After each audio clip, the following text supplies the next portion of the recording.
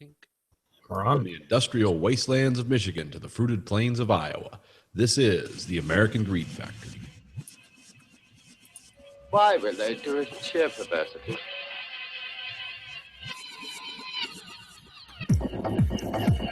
You are the dead. Remain exactly where you are. Make no move until you are ordered. We burn them to ashes and then burn the ashes. That's our official motto. Now we can see you. Clasp your hands behind your heads. Stand out in the middle of the room. Stand back to back. Who can explain the fascination of fire? What draws us to it, whether we're young or old?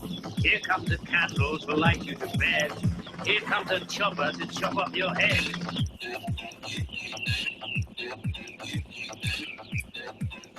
And welcome to the American Greed Factory podcast. This is Nathan. This is Conlon. And tonight we have lots of cool stuff to talk about. Many movies, old and new. Yeah, I had some free time, so I went and saw a bunch of fucking movies. Oh, good. Yeah, I saw a few too. I think we saw the same ones, but yeah, we're going to talk about that. A little news. A little bit about the election. I feel like I got to say something. It's been another banner week. I'm going to keep it short, though. This is Nathan's monologue, man. Well, I want to talk about one thing. What Trump said in, I forget where, but this is about the Second Amendment people, if anyone's heard about this. He basically said, well, here's what he said. I got a recording of it here. Oh, wait, maybe that wasn't it. Oh, no, this is what he said. Hillary wants to essentially abolish the Second Amendment. By the way, and if she gets to pick her judges, nothing you can do, folks. Although the Second Amendment people, maybe there is, I don't know. But I'll tell you what, that will be a horrible day. Yeah, I don't. A lot of people are looking into that. I don't know what that means. Probably not. It sounds a little vague, and of course, the Trump people say, "Oh no, he's talking about voting." Yeah, that's what it sounded like. But then again, he's known for saying really vague, incomplete things. So who knows? When I heard that, I was like, wasn't he supposed to be on good behavior this week? Apparently not. But yeah, that was his. That was a standout one to me. When it could be reasonably inferred that he was talking about shooting or having maybe someone should shoot his rival. I don't know.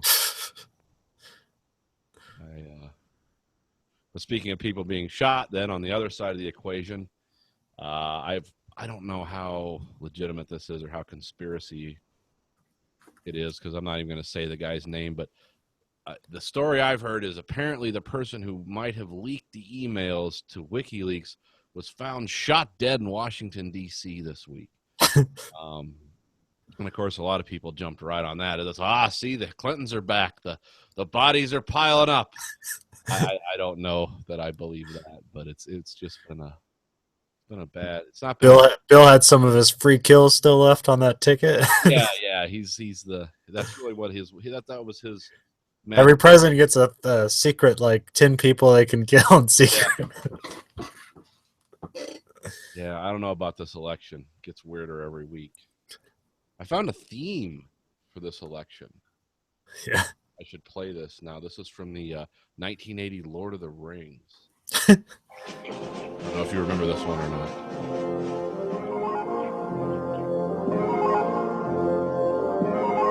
Win the battle, lose the war. Choice and evils lie before your feet. Retreat, retreat, retreat. If you win, then you will lose. Choice of evils yours to choose. Retreat. Yeah, that goes on for a while. Sounded cooler when I was recording it, but yeah, that's maybe that should be the theme. Maybe that's what MSNBC and CNN should roll out as they talk about the election. Remix of that song. Just that whooshing in of graphics, choice of evil. It just doesn't seem to get any better. But They should check Netflix. I'm not sure who if they should see if Sophie's Choice, if there's been an uptick in watching of Sophie's Choice. yeah, that'll be a good indication of the zeitgeist. It's like, where are we at with this? What are we doing? But that's all I really had for that. I just can't believe how just disruptive and gross this was. I mean, it's real. There is a candidate I think that is more odious than the other for sure, but this is really getting weird. Maybe it always has been this weird. It's just we have this constant news cycle now. I don't know. Oh yeah. I don't ever recall Nixon, saying things like, not in public though. The stuff that was recorded No. in private was pretty bad. I've been listening to One Man Against the World. One Man Against the World. So. Yeah, it's a great book. Nixon said a lot of shit and did a lot of things. Oh yeah, he was a bad guy, but no more worse than any of the rest of them. So I don't know that the implication in that. What's the implication in that book though? They extended the Vietnam War so he could. Well, yeah, it's like he.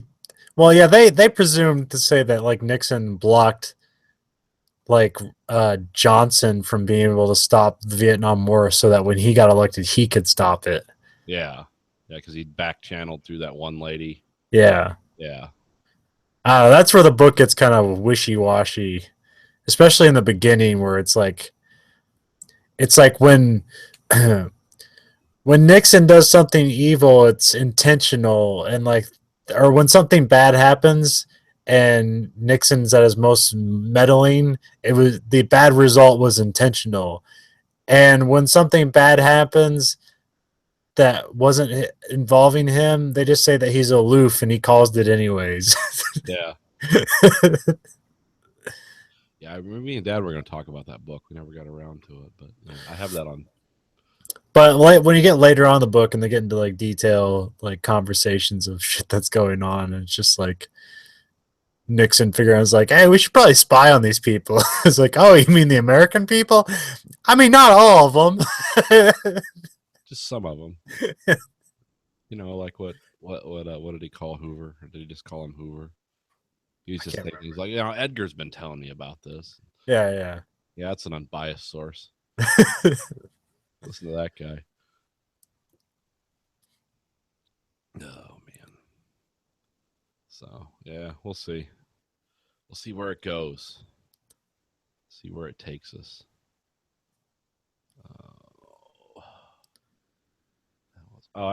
Information is coming. There's a light beaming in your face. Yes. Well, yeah. Things are slowly loading. So what movies did you see? Well, I saw Suicide Squad. Okay. Not sure if you saw that or yet. The feedback on it wasn't very good, and Grayson didn't seem interested. So, what were your thoughts on it? I liked it. Did you? Okay. Yeah.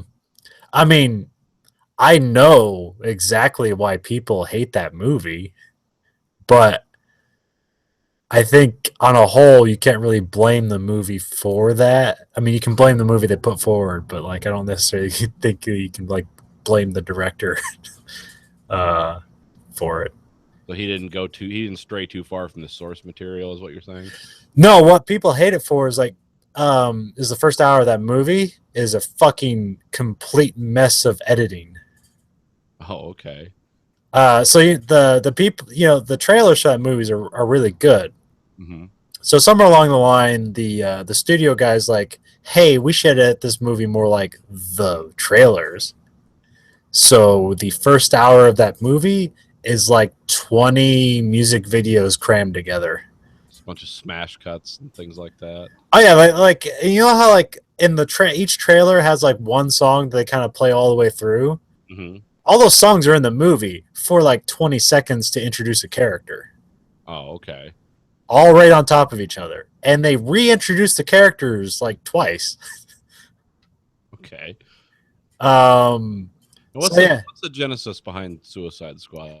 What was it about originally? Originally it was like so DC, they have a lot of shit, and usually they do things like I think one of their famous ones, I think this was DC, they had Crisis of the Infinite Earths, Mm-hmm. which was a series where they had created too many comic books and they wanted to nobody could jump into anything because now the universe was so big. So then they basically killed off all the universes and brought it down to one size. So it's kind of like that, but for this, it's that DC has a lot of stupid villains just laying around that they're not using. Okay. So the comic book was created as a way to kill off all these characters by basically making them the Dirty Dozen and then killing them all while they're trying to get time shaved off their prison sentences. Oh, okay. Because these guys are the Dirty Dozen, huh? yeah, and somebody's always guaranteed to die. So that's what you get with the Suicide Squad. It's somebody will die. I mean, the mainstays are Harley Quinn and Deadshot, I believe. I haven't really read too much of the comics. I'm just aware of a lot of it. So those characters usually don't die. They probably have, for all I know. I mean, the DC has rebooted the universe again because it was a couple years ago. It was called the New 52, where it's they took 52 of their mainline comics and they rebooted them all at the same time. Oh, okay. But yeah, so I don't know. Some of the opening remind you remember Tank Girl? Yeah. Do you like Tank Girl? It was quirky. Yeah, I watched it all the way through.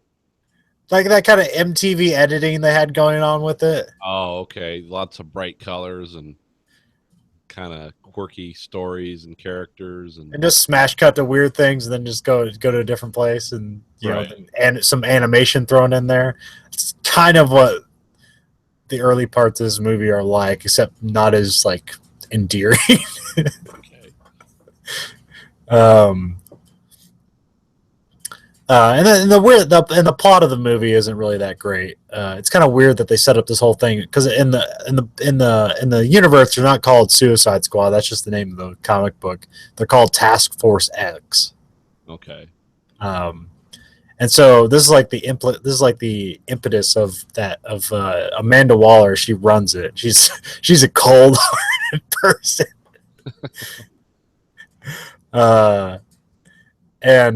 She's very, very dangerous. She's almost a psychopath, but she works for the government. She's I'll do anything to protect my country.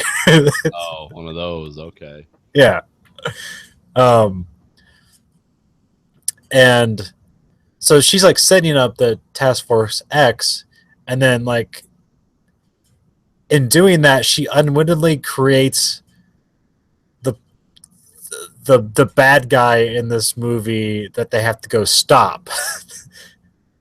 And it's not really an argument for Task Force X. So the plot of the movie is kind of murky, but this movie kind of barely has a plot. But what it does has really good character development. Okay. Will Smith is really good in it, and they have character motivations, and and people have character development. And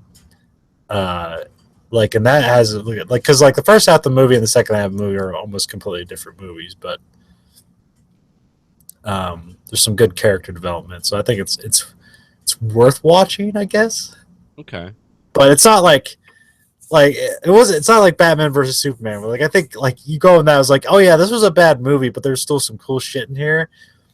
This movie is you have to look past that first hour of the movie and kind of just wait for it. It's oh, there was a good movie in here so at some point, and you can still kind of see it. There was a good movie filmed, but somehow when the guys got the razor blades together in the film stock, something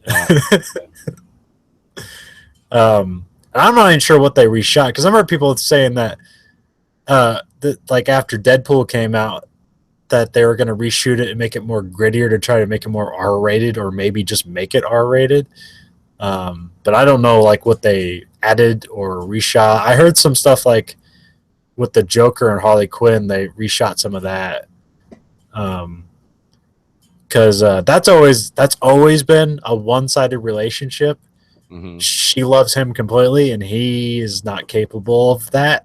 Yeah, he doesn't understand those kind of feelings. And it's pretty much an abusive relationship. But here they make it more two-way, but not completely. Oh, okay. They leave the door open, but Yeah, it's the most endearing you've ever seen the Joker towards Harley Quinn, because they've never done that before. Oh, okay. And there's a really good moment, because there's a point where the bad guy can show them like they can actually like control like alternate realities and stuff like that, because they're like a trans-dimensional being or whatever. So they can show them like realities they can actually go to. Uh-huh. And when they show what Harley Quinn's dream is, it's fucking heartbreaking, because that will never happen. Huh. Maybe I'll have to check that out. Yeah. But yeah, it's basically a Dirty Dozen with supervillains. Oh, okay. And Will Smith is pretty good. He's really good in it. Yeah, Will Smith, haven't seen him in a while. Well, yeah. I think the last thing he did was that one space movie with the Sixth Sense guy. Oh. M. Night Shyamalan. Yeah, the guy used to be really good. I I always thought he was real good. I don't know if I believe.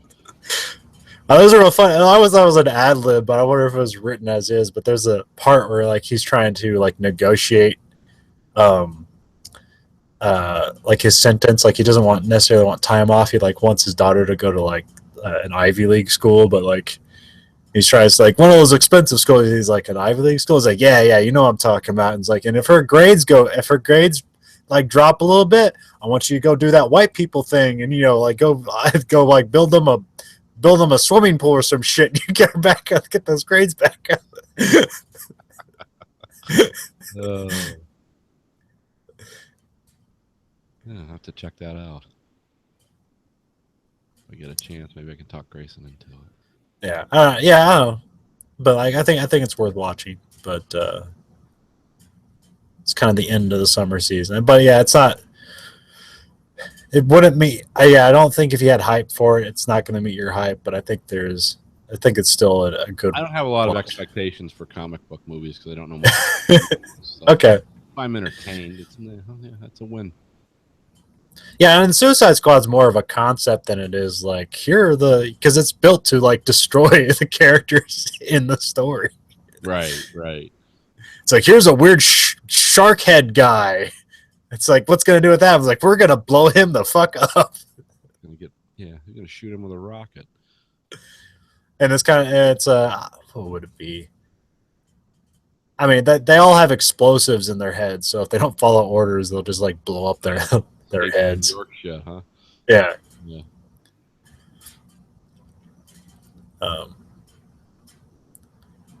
So yeah, I saw that. What about Sausage Party? How was that? It's pretty good. Heard that. Well, see that movie is like, it's why you have R-rated movies. Uh-huh. And here's the thing I love about R-rated movies. It's not necessarily like, oh, you get to swear and there's lots of violence. Like, yes, that's enjoyable or whatever. What I like about R-rated movies is they can do anything. Yeah. You cannot. There's nothing in Sausage, almost nothing in Sausage Party. You can't anticipate where the fuck that goes. You can't anticipate anything about that movie because it's an R-rated like comedy that's built on the like a Pixar movie. Yeah, they say it's really vulgar and shocking, but it's like no one's really shocked anymore.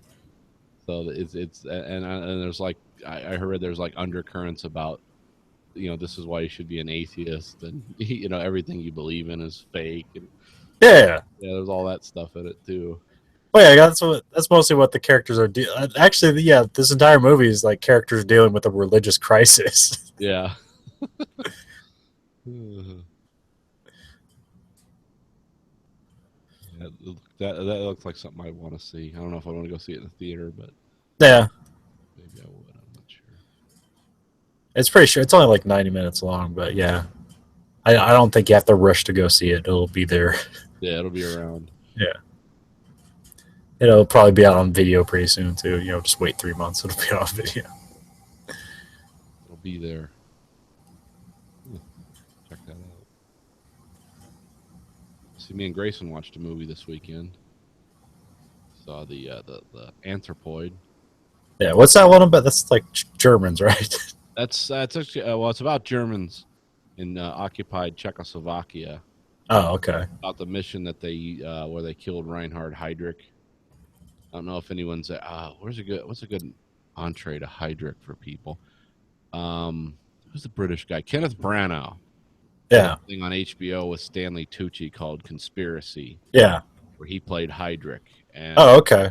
yeah, that's it. That's the kind of guy he was. He was the third highest ranking Nazi, and it was his job to subjugate Czechoslovakia and all those little countries that kind of we don't know exactly where they are because they all run together. But yeah, he was known as the Butcher of Prague, and because he destroyed. Like they had a resistance movement there. Because see, the Czechs were betrayed by everyone.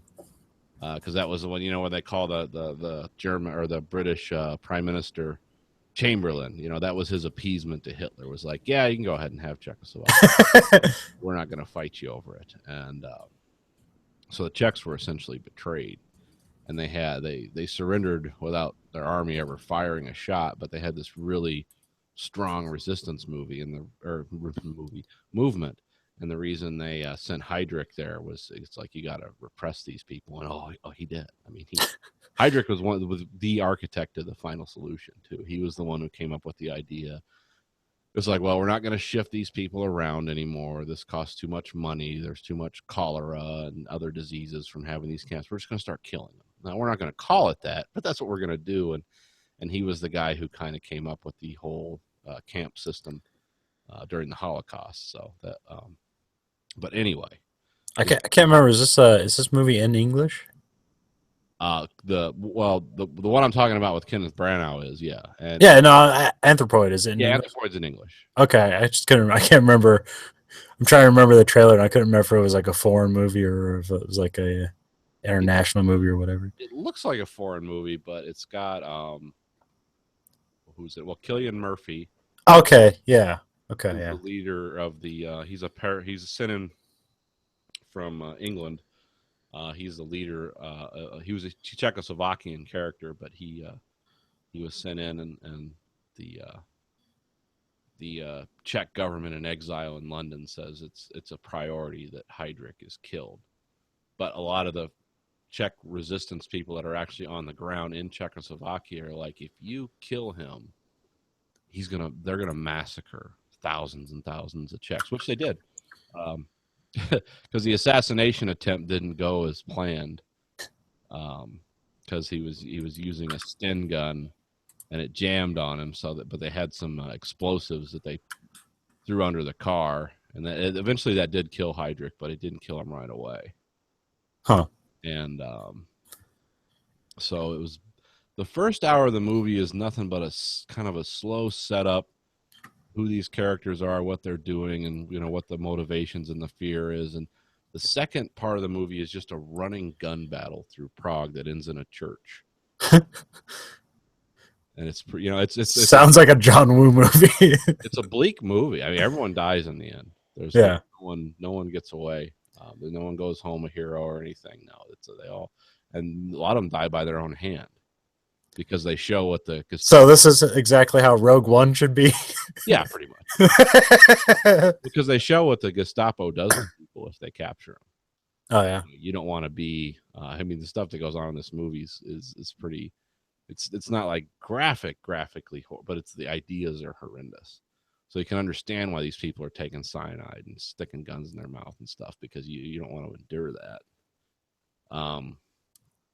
But yeah, the shootout at the church is pretty pretty astounding. It's like how many Germans these guys were able to kill with handguns, and because the Germans they start bringing in machine guns on tripods and setting them up, and and throwing hand grenades. There's no way you knew these guys were fucked, but it took a long time, and and they all knew it was kind of a one-way trip, so it was not an uplifting movie. But, Did you see this in theaters, or was it like on demand? On theaters. Me and Grace saw it in the theater. It's us and about 12 other people. I think I was probably 30 years younger than anyone else in the theater. It was kind of an older crowd that went and saw it. Huh. But a lot of people don't know about this, or yeah, I didn't know it was out in theaters. I just knew I was just waiting for it to come to like on demand or something. Yeah, no, the story is not very well. Oh yeah, definitely. I didn't know about it. Yeah, I knew about it because it was mentioned at the end of Conspiracy. Oh yeah. Like I said, before you watch this, watch that. They're both great movies. Now, Conspiracy is 100% dialogue driven. There's no action in it. Yeah. But if you listen to the things these guys are saying and how they're talking about it, it's like, oh, the Nazis were really fucked up. They just casually converse about the deaths of tens of millions of people. Should we just start killing the Jews? No, do not say killing. It's just like, we're going to kill the Jews with words, but we're going to make sure we're not killing the Jews. We're just displacing the Jews. Resettlement. Yeah, so that's, watch Conspiracy and then watch this movie and you understand why it was important that guy was killed. Because they were awful people. And it's a good movie. I don't know, like I said, you don't have to rush out to unless you're into that. Kind of me and Grayson were like into history. We'll watch that. Yeah. I wouldn't say like bring the family. Go watch Anthropoid. So that's gonna be how long is it? Is it 2 hours? Is it a patient movie? Does it like allow things to build and all that? I didn't feel that way, but a lot of people were like, they said it was like this is an hour and 40-minute build up to a cool shootout, but getting there is punishment. I didn't get that. It was, but then again, I like to. Well, I've been watching that new HBO show, or it's a limited show, the night of. Mm-hmm. And I was like, wow, it's like this is a show that has patience, and not really in a bad way. It's just like it doesn't like it just like has things basically occur almost casually. Yeah, it's not like a police procedural where we're gonna have a big shootout in the middle of it. No. Like the only thing that's weird about it is like all the prison scenes are kind of weird. It's like I don't know if this fits, and like I don't know if that's what prison's like. I mean, I have to watch that. I haven't heard anything about it. Oh, then watch it. If you haven't heard anything, just watch it. Okay, I'll probably do that tomorrow then. I think they have like 6 episodes out right now. Okay. I'll watch that and convalesce because I've been sicker than hell. I don't know. Why. It's like my nose just runs like a sieve. Huh. Super congested. Season's changing. That could be. This isn't normal for me though, because yeah, I'm kind of out of it. But yeah, it has it's very patient. Like they even like stay away from like flashbacks and stuff like that. Like they've only recently done it, but like only like in very short bursts. It's just like this is what it looked like then. It wasn't like, and now we reveal what's happened. Oh, okay. It just kind of like something happens, like you don't know what, and then it just moves forward at a very slow pace and detailed, and like every side character you kind of like they give you time to kind of like figure out who they are, and sometimes the way they are around certain people is like, and then you get to see them around how they are around, their friends and stuff like that. So it's like, oh, like, it's just no static one-dimensional characters is what you're saying. Yeah. I mean, there's like there's like the one guy, he's an ambulance chaser and he just kind of happens upon this case. But even he's like, it's like, there's more to his character than what they show. He's not just some sleazy lawyer. He like has some heart. Oh, okay. And then doesn't, So what's this called? The night of? Night of, I believe. Yeah, I'll have to check that out. I saw him run previews for it, but Yeah. I didn't know when it started or anything. Yeah, it's already it's already. And I think it's only like 8 episodes long. I mean, this isn't like your hey, here's your True Detective replacement. It's not that, but it's interesting. Oh, okay. Well, good. And I like that there's what's the name of the characters? There's a lawyer named Stone and a detective named Box. Box. Detective Box. Okay. It's a good name. Have to check that out. The night of. Yeah, anthropoid. For anyone who's interested, What's that mean, anyways? What's that word mean? I think it's a name for what does that mean? Like monkey Okay. or something having to do with. It might even mean human being. I'm not sure. But yeah, it was kind of a weird name, but that was the actual name the British gave to it. Yeah. Because you didn't want to give it names like, Operation Death to Hydra. Code that one. But yeah, that was that's that movie. Like I said, if you're interested in that era of history, it's worth watching. It's well done. Okay. If you're not, or if you just want to have like Nazi Sunday, just watch Conspiracy and watch this. And, learn all about Heydrich. It's interesting, the guy that played him he has no speaking part because he's a German actor. Huh. He looks exactly like Heydrich, and he hates. I think he's played the character 4 times, and he's okay. Because Heydrich was a very strange-looking man. He had a really long face and kind of a weird nose, and because Kenneth Branagh didn't look anything like him. It was just his force of personality, and as an actor, it's like, oh, I can see this guy's an evil son of a bitch. But the real Heydrich was like 6'4", and just a mean hatchet-faced looking German with kind of a weird nose. Huh. The actor they found to play him looks a lot like him, but he's like, okay, this is the last time I play Heydrich. I saw another movie randomly browsing Reddit. There was like somebody threw up a scene from this movie. It's called The Guest. Guest. Why does that sound familiar? I doubt it would be familiar, because nobody's in it that you know of except for, maybe not. Like the main character is like a sub character on Downton Abbey, and I don't even watch out Downton Abbey, so maybe he's a main character for all I fucking know. I used to watch it.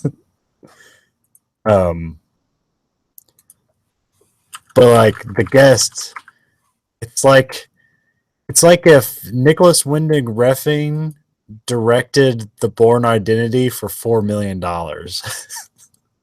Okay. That's what this movie is. I just looked it up. This movie is not familiar at all. I thought it was something different.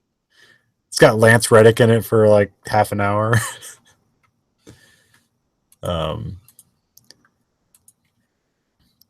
Yeah, it's basically like, this guy shows this house, and he's like, and like the family, their son like died in Iraq, I think.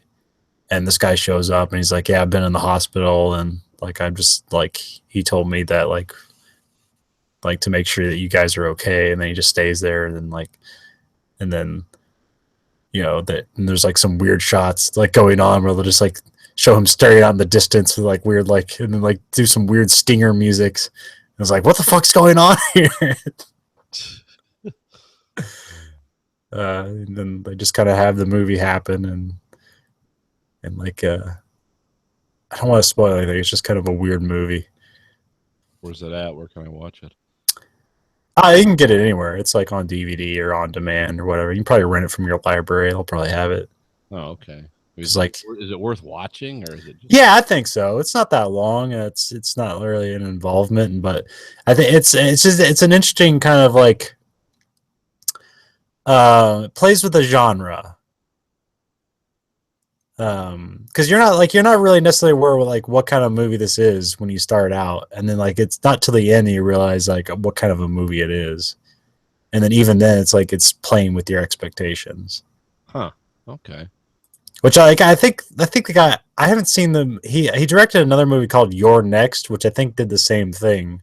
So I think like I never watched that movie. I heard like bad and good things about it, but I think like the thing with that movie is it's like a horror movie where like these people are having a dinner and then they get attacked by random people wearing masks in their house, and I think there's like a turn where like one of the victims basically like turns it around on them and like ends up hunting all the killers that were trying to kill them.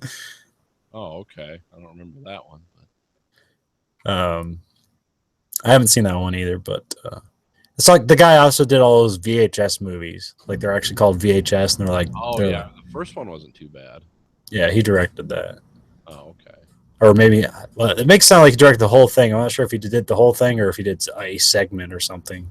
So that kind of seems like one of those. You know, we have 4 directors direct different segment movies. Huh. But yeah, it's like it's kind of like basically the Bourne Identity, with a little like horror element thrown in there. And then it has like, you know, the 80s retro new wave soundtrack to it. Oh, okay. Yeah, that's becoming in vogue again. It even has like some songs, a couple of songs that they use in Hotline Miami are in this. But it takes place in modern day, so yeah, just everybody's listening to 80s music. I'll have to check that out. Yes. Yeah, it just kind of randomly popped up on my radar. I was like, "What the hell is this?" And then it's on Netflix, so you don't have to rent it. I forgot it's on Netflix. Oh, okay. Yeah, because I was actually gonna rent it from the library because I have an audio commentary. I was like, I want to listen to the guy talk about this movie. Oh, and this director is also going to be directing the American version of Death Note. Oh, okay. Yeah. All right, that'll be interesting. Yeah. Have you seen watch? I know I've told you to watch Death Note, but I know you're not really into anime. But have you seen that? Well, I watched some of the stuff you sent me, and some okay. Kind of explained it to me. I think we did a podcast where we talked about it. I read stuff about it. Okay. Oh yeah, and like Willem Dafoe is gonna be the voice of the Reaper or whatever. Oh, okay. I think there's something with Death Note that involves Willem Dafoe. So it's like, yeah, that fits. Everything involves Willem Dafoe eventually.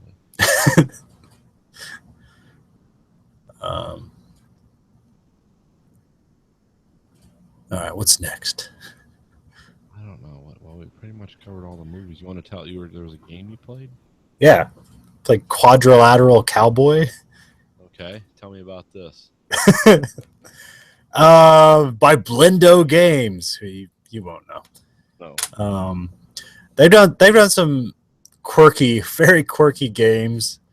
I think the first one I played is free. I think you can just play it in a browser. It's called Gravity Bone. Which is like an interesting concept. Basically, it's like you're walking around at a dinner and you're supposed to be a spy, and then at the end of it, you get shoved out a window and like you fall in slow motion to the skyscraper, or from a skyscraper into like moving cars down below, and that's kind of just the end of it. And then there was 40 Stories of Loving. I think that's what it's called. And that one, and they have and they're really simply designed. It's very blocky. Like characters literally have square heads, and then like their faces are kind of drawn on the squares. Okay. It has a cartoonish look, but like everything's very blocky in how it looks. I think 40 Flights of Loving. It's 40 Flights of Loving. That one, it's like you're like bank robbers, and like time, you kind of go back and forth in time, and then you're kind of led, kind of. It never are the stories explicit. They're always implicit. You have to like pick up on what's going on, and then just kind of decide for yourself what actually happened. Because they're not going to directly tell you anything, because there's no like audible dialogue. Like everyone just sounds like they're the teacher from Peanuts. I mean, you will get like text that comes up on screen. Yeah.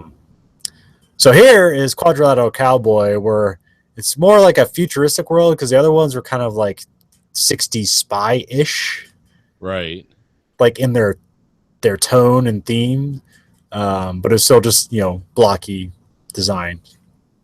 So here it's still the same blocky design, but it's like a future, and you're riding around on like magnetic motorcycles that just float off the ground, so like speeder bikes essentially. Oh, okay. And you're kind of robbers. So you steal some computer equipment, and then you can pick up, like, you're trying to start this company, but then no one will hire you.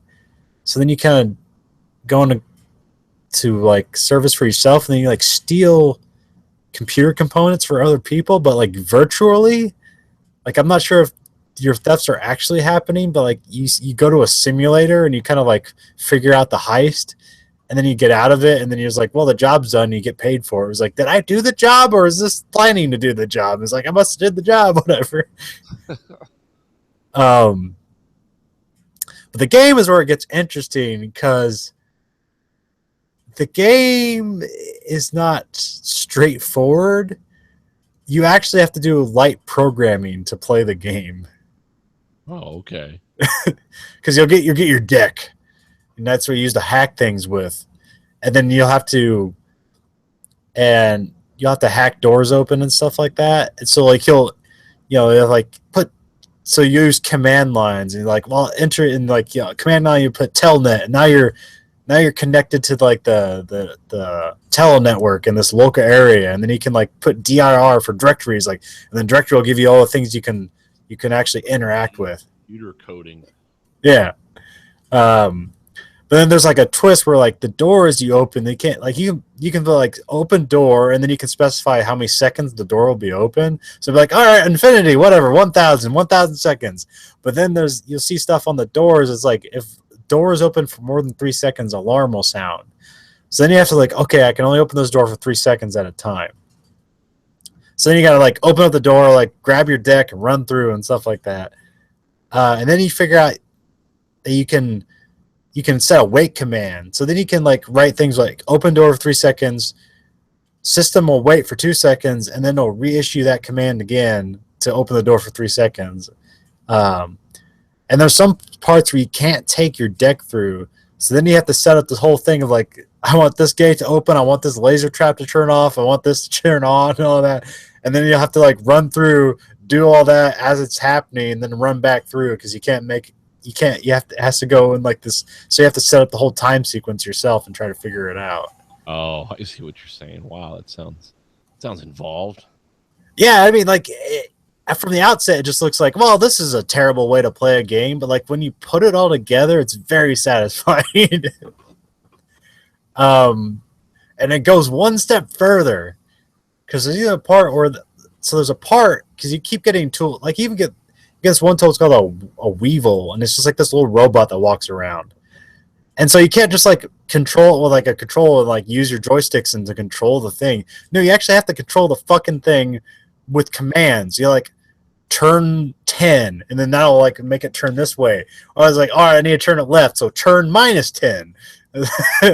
Oh, wow, okay. Or you have to move, and you have to turn how many steps you want to move. So, but you can also tell it to stop. So it's like, fuck it, move 1,000, and I'll just tell you to stop when you get to where I want you to. So like when I first got that, like I quit playing. I was like, I'm not fucking doing this right now. But I even like it's even a little bit more complicated because you can't like to connect to the thing. You have to like exit the telnet thing, then you have to enter in the Weaver program, and then you have to and then you can pull it. You have a little CCTV there, if you want to see what the thing's actually looking at, so you can control it. And so you have to connect to that, and there's even a whole command line you have to use to connect to that. Wow. So it gets complicated, but once you do it, you just know how to do it. Right. So it's it's kind of off-putting at first, but like once you learn how to do it, it's pretty fun. Then you get one where you get a suitcase gun. So then you're like, it becomes like the Jackal, but now you have to control the gun with command line. And so the stuff with that where it gets really interesting because you get another command you can use called blink. And what blink is, like, your character will literally blink. Like you'll see shutters come down over the screen like as you're blinking. And so you can link up a blink to a whole line of commands. So like you can set up so okay, I want the suitcase gun to fire when I blink once. And there's one thing where you have to like you have to point the gun through a window, and you have to go in there, but like you can't take your deck in to control the gun, so you have to set up everything on the blinks. But there's like one button that's like down below, and there's another button up top, and you have to shoot them at different times. So then I'm like, okay, I set up my one blink, so it's like one blink fires, 2 blink raises the gun up 10, 3 blinks lowers the gun down 10. So I'm like running in, blink once, it fires, opens up a laser or turns off a laser grid, run through the laser grid, and it's also on a 3-second timer because if the laser grid's off for more than 3 seconds, the alarm goes off.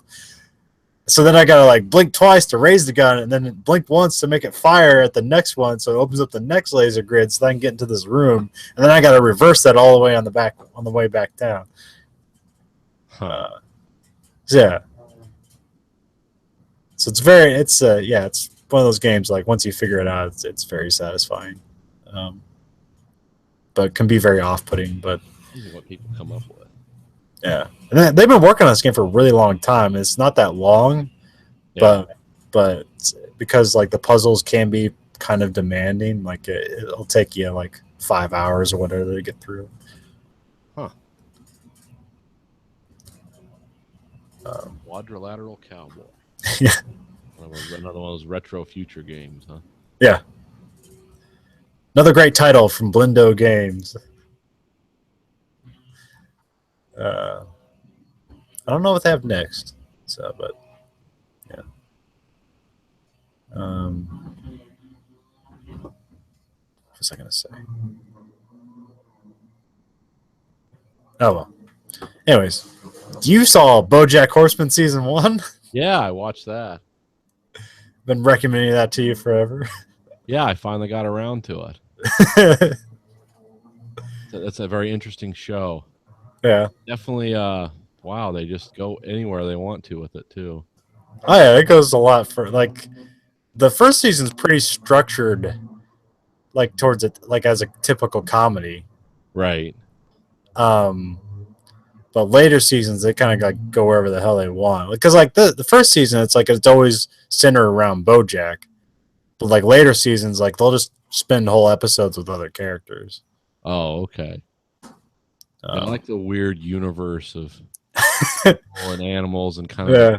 subtle suggestion of bestiality and and just everyone, everyone's a druggie and a pervert. Yeah.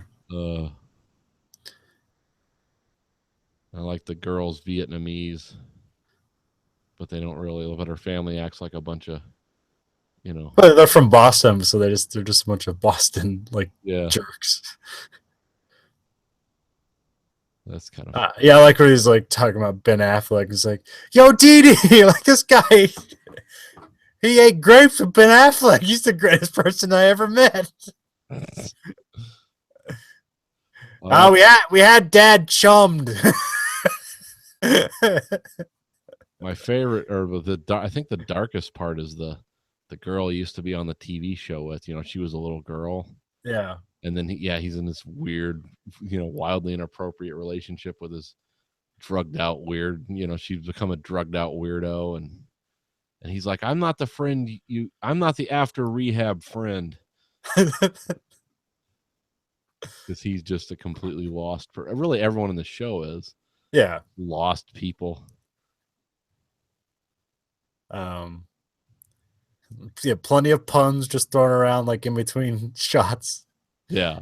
They'll just have the weird animal puns. I always like Princess Caroline is always like, she has like weird cat things. Like when she's on the treadmill, there's like a little mouse dangling from there, so she has like incentive to like chase after it. Yeah. There's even in, I think it's season 3, she gets a gift and it's just like tinsel. Right. She's just like, oh my god, you got me what I want. She's just sitting there playing it, like mesmerized by tinsel.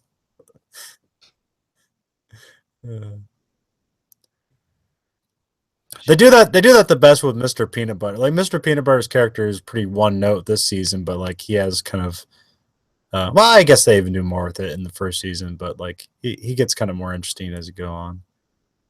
But he's always the one that kind of personifies the animal, the mix between the animal and the human stuff. Yeah. Because he's always just happy to. That's why BoJack hates him so much, because he's just always happy to see people, and BoJack thinks it's like he's just being sarcastic. He can't truly be happy to see anyone. And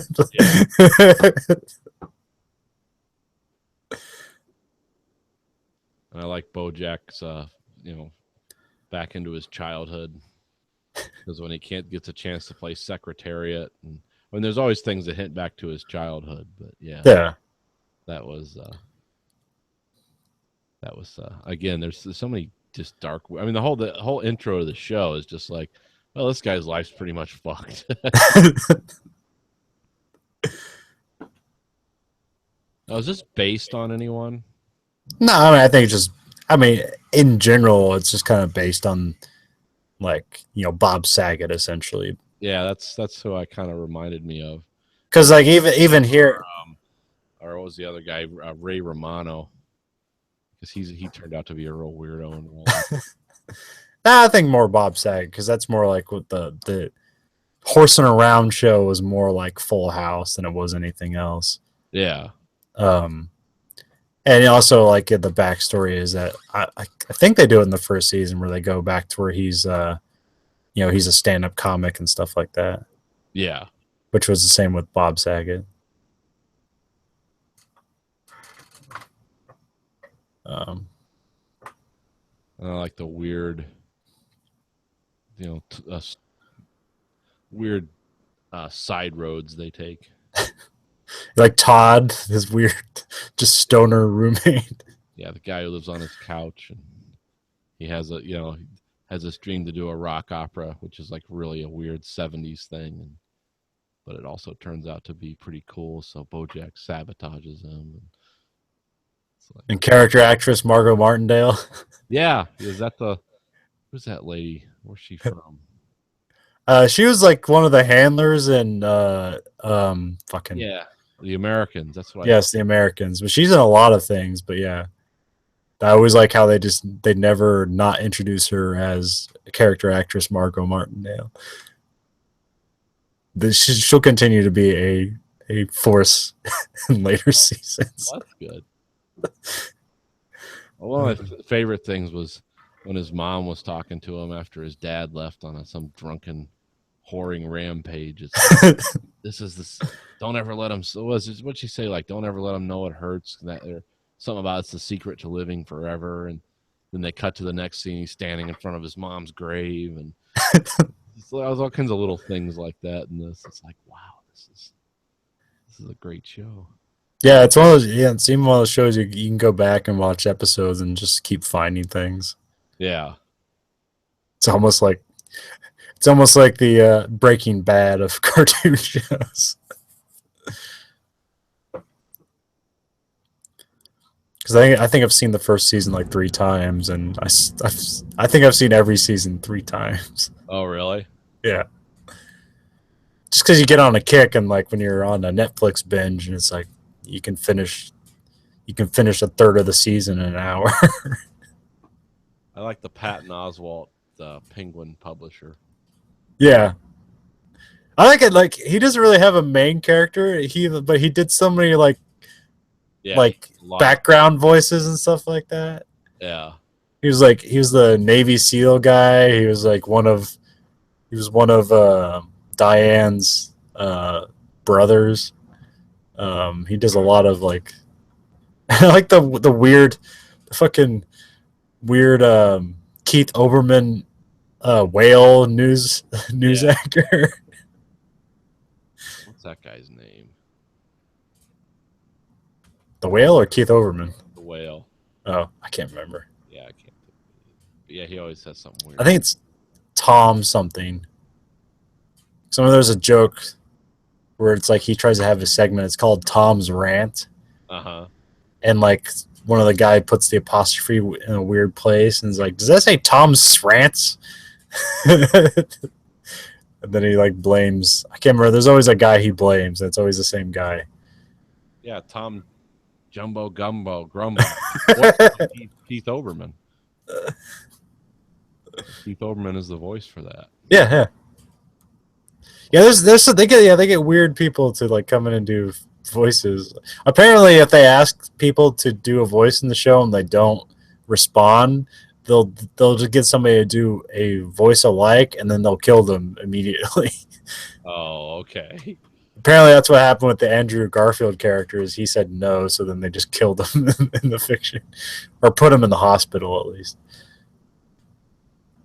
So the same thing happened like in this season with Jimmy Fallon. It's like, well, I guess Jimmy Fallon must have said no.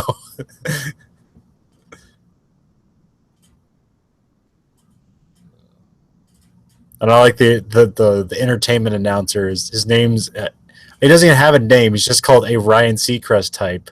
Right. Hi, I'm a Ryan Seacrest type. It's like yeah, he can't even have his own identity. He's like, no, we don't need you. We just need you to look like Ryan Seacrest. Well, BoJack Horseman, I found out was interesting. It was one of those shows that did not really get very good. The first season is not as popular as the other two. It didn't get a very good review. Oh, really? Yeah, because it changed a lot from episode 1 to episode 5. You can see it kind of starts changing a little bit. It gets a little darker and a little weirder. Well, yeah, I mean, that's the purpose of the first season, is to kind of lull you in as like, oh, this is just a disposable, this is like a Family Guy-esque. It's like, oh, it's a little risque, but it's not really that, it's not really doing anything that different from any other cartoon sitcom or whatever. Yeah. And then it really starts to dig in and get dark. Yeah, like I said, I'm just through the first season. It's pretty strange. Sometimes I can't believe where they're going with it.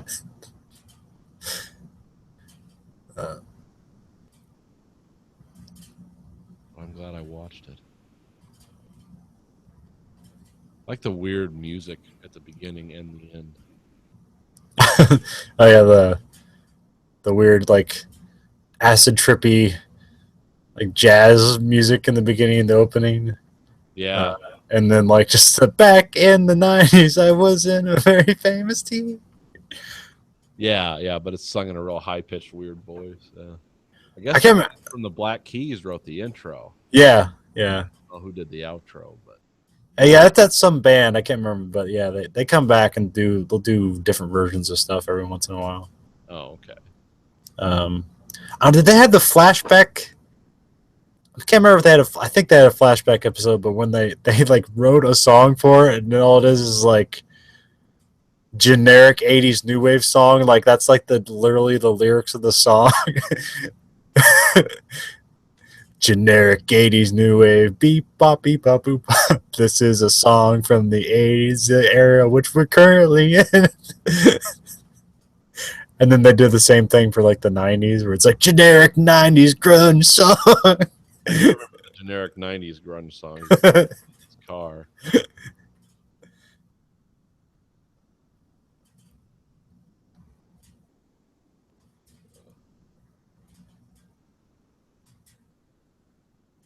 Well, I'm part of the way into season 2, actually.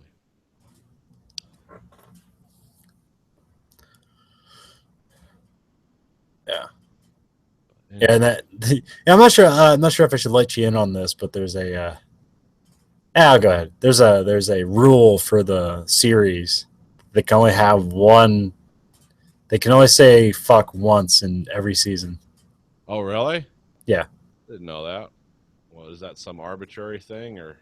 Then no, they just really want like when that happens. That's usually a really big moment in the season. So it's just kind of like a period to the season. It's like, hey, this was some really fucked up shit. Not it.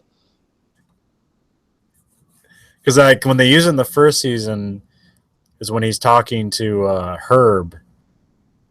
He's like, I don't care that you let me leave the show. Is like, but I needed a friend after that, and you never called me, so fuck you. Like I'm not forgiving you. Yeah.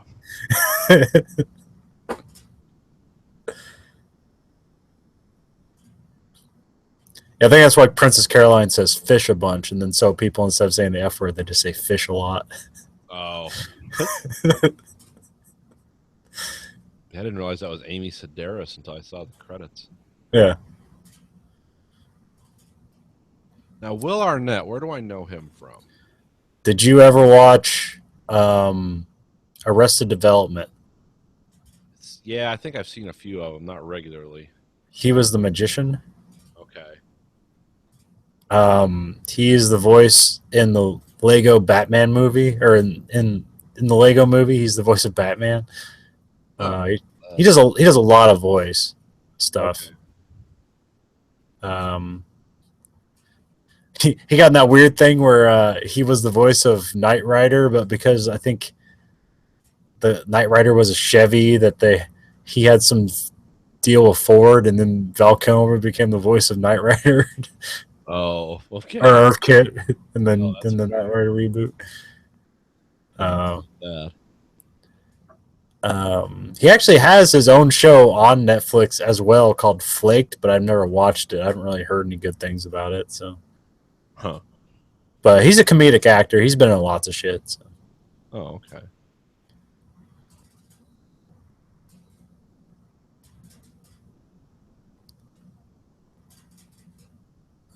BoJack Horseman, check it out. Yeah, all 3 seasons out now, so Worth watching. There'll probably be another one. Hopefully. I think they already renewed. I think once the season came out, they already renewed for a 4th season. So Hope they don't do a Marin on us. I don't know. You haven't really seen that with Netflix yet. Like, I mean, sometimes they make shows and that kind of seems to be it. Like I remember, like Lilyhammer was kind of their first show they did, like that, and Orange is the New Black. But Orange is the New Black keeps on going. But I can't think of their shows where like they started it and then I just never realized that they never like picked up on it again or not. Yeah. But I don't know if Amazon's done that much either. They've a few things. what stuff where they stopped making it? Yeah. I can't. Well, did they stop making it? I never saw it, but was it Alpha House? Like I never started watching it, but that had an end, didn't it? Yeah, I think that just ran for 2 seasons. Okay. That was the one with John Goodman. Yeah. The new whatever Top Gear has become, that's going to be on Amazon. Called Grand Tour. Oh, okay. Yeah. Because Top Gear ended. I guess the Top Gear UK ended finally. Oh, they just said they're not going to keep that going. No, they couldn't get anyone back. So what's his name? Well, yeah, I know they got a whole new cast, but I remember the one guy who did it said he wasn't coming back for the next season, which implied that they were going to keep doing more seasons. Oh, I don't think Matt LeBlanc wanted to do it anymore either. Oh, okay. Now, what about the American version? Is that one still going, or they stopped that one too? I think so. It's kind of on that History Channel weird schedule. Yeah. The History Channel is really schizophrenic with how they come out with. Because remember that knife show I used to talk about all the time? Yeah. Forged in Fire. Well, they did I think that's been on for like 2 seasons, and then they did a 3rd season. Like all of a sudden, like we're doing another season. But I know from what the guys say on Facebook, that's a really hard show to film because there's only so many people that are blacksmiths anymore, and Yeah. so they've had to start bringing the people back in the past that won, and they're coming up with new things, and because you've probably got a pool of about 300 people you can draw from. You just got to start going to other countries. A lot of Blacksmithing in Russia and Japan. they had a few guys from Russia and stuff. A lot of these people work in entertainment. They like make swords Yeah. for movies and stuff, so they already do that. But as far as like the thing that they said is so difficult for them is it's actually about forging a knife. It's not about we're just going to grind material off, which is how most knives are made now. They already come with the temper and everything. The steel is already really strong. You don't have to forge it. You just Yeah. grind off the material till it has an edge. But this is strictly about forging knives. So yeah, but they did a weird like it ended in when did it end? Like right before summer, and it's like, oh, we're gonna have to wait another year. It's like, no, coming back this August. Like, oh, okay. They did a fast turnaround on that. So I think it was one of those shows that would turned out to be more popular than what they thought, because it's wildly entertaining to see people do things. It's like, oh, this is how they made things in the world before technology. I'm not even aware what shows are on History Channel or that stuff anymore. Like There's nothing. what's Discovery doing? Are they still doing Deadliest Catch? Oh yeah, they still have that. Is American Chopper still on? Oh, I think that's done. They left all their money on the table. Just squabble with each other. I think that whole era died with the Great Recession, though, because it used to be like imaginable, like people could scrape together. Like if I worked really hard for 5 years, I could scrape together $35,000-$40,000 and buy a custom bike, and then after the bottom fell out of everything, it's like I can't even pay my mortgage. Fuck this stuff. I'm not even. Well, I mean, that doesn't matter for the continuation of that show. It's just like after, because you like all those shows, like the first season is like almost a documentary of just like how a job is, and then Yeah. after that, it just becomes, People's shitty personalities. yeah, manufactured like, dilemmas that are like obviously not what's actually going on, except for them, it was real. Yeah, shit going on behind the scenes was pretty bad. But like you get that with like Pawn Stars, where like they always like come up with stupid scenarios that are obviously just like made up by the producers. Yeah, well, except for Acted. Chumley having meth and machine guns in his. That was real. Yeah. But that wasn't a feature of the show. No, it was featured on the show because it was a little too real.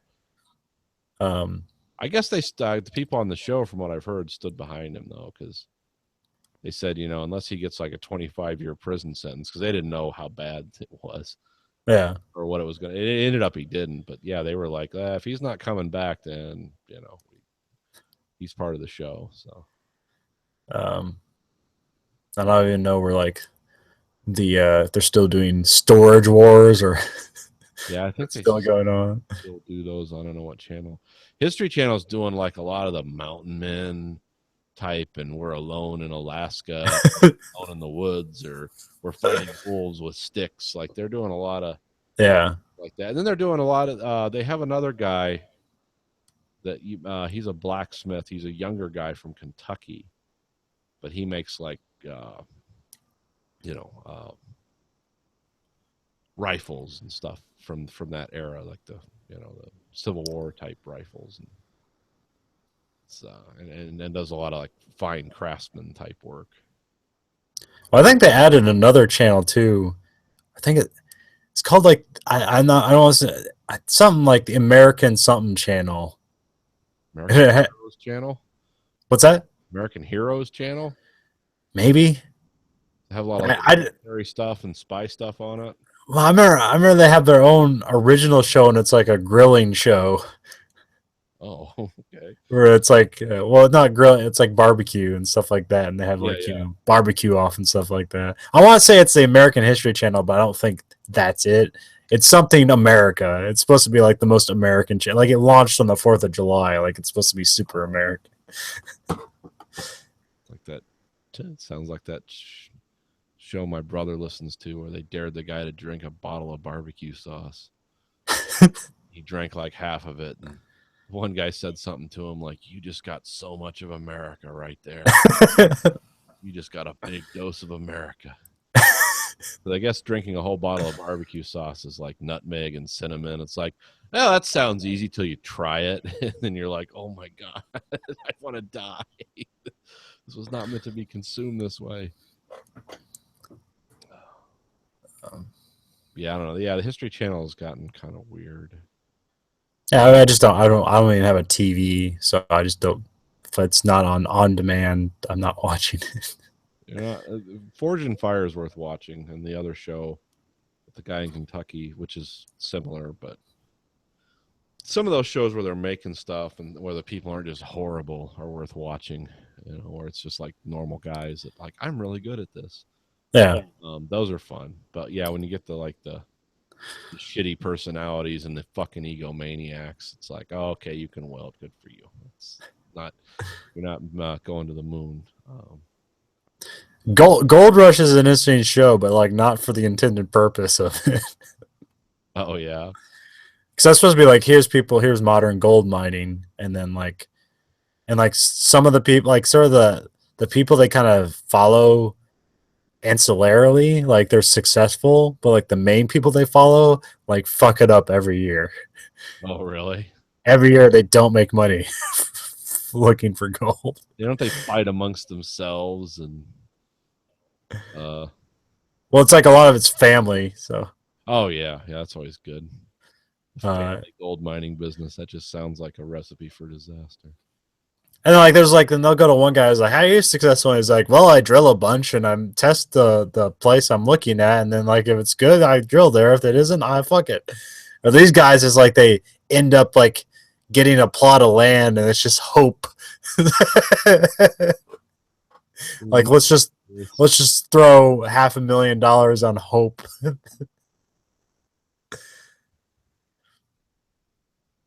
And then then they have like there's a bunch of gold shows. There's one where, and it's all in Alaska, but they have these ones where it's like they do dredging out in the sea because there's just gold you can find down there.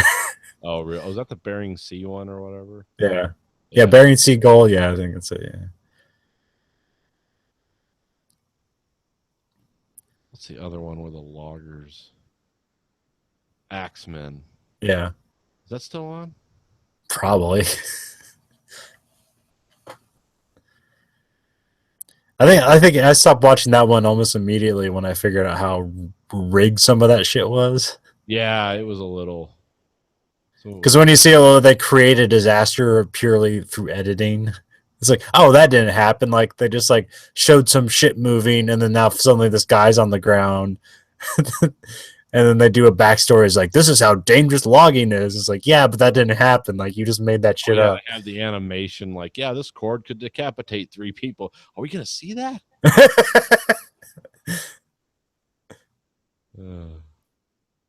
What was the other one? Had the Ice Road Truckers. Ice Road Truckers. I tapped out of that a while back, but yeah, once I see that they're manufacturing a story and it's not just a documentary, that's when I check out. It's like, okay, this isn't real anymore. Maybe it never was. Yeah, well, they try to make things interesting. Well, I heard that the other day. I heard somebody talking about. You ever seen True Life, like the MTV documentary series? No, I haven't.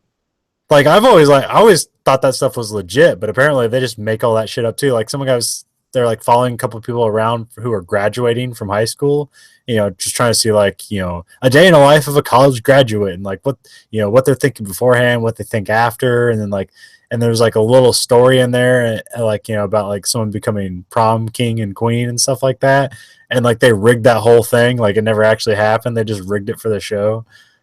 It's like, oh, I didn't. But it's supposed to be a documentary series because they cover a lot of interesting shit. But now that you know that it's like just bullshit, it's like, oh, I can't watch that anymore.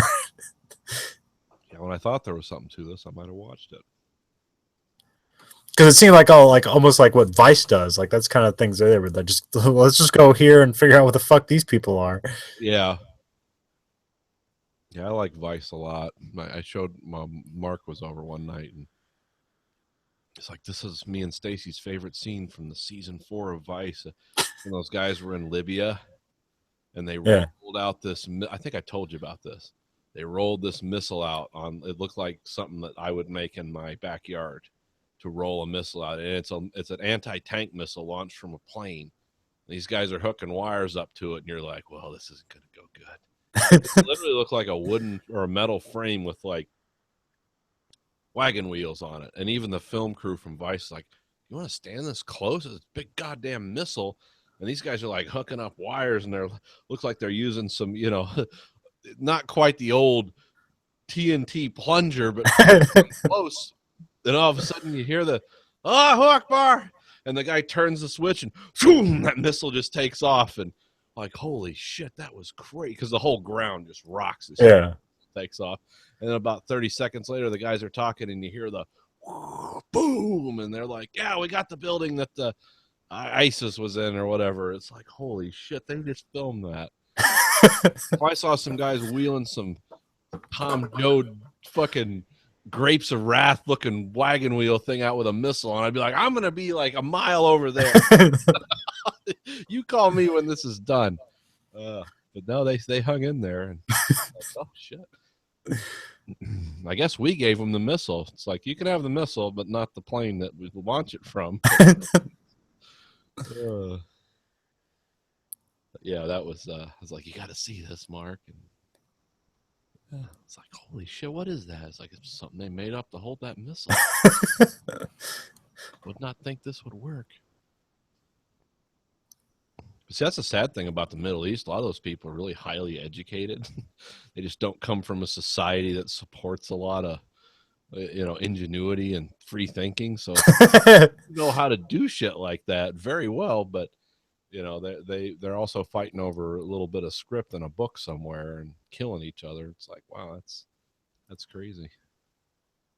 But, yeah. Anyway, Vice.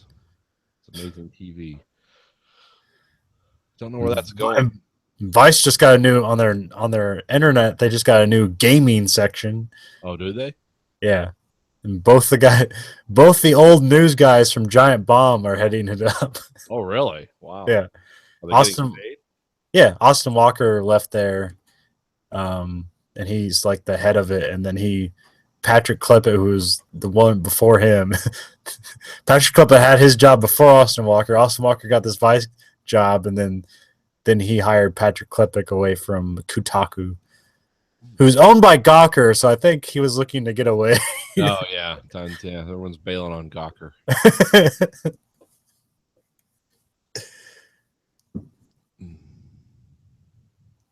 So I guess he like I heard a story that Patrick is going to put up where it's some guy was in some MMO and he got to the highest level possible, and apparently there's some secret in that game where the first person to do that gets like a secret door that they can open up, and apparently this guy walked in the door, walked out, and he never told anybody what he saw. It's going to be the old man on the mountain. Never tell you the secret.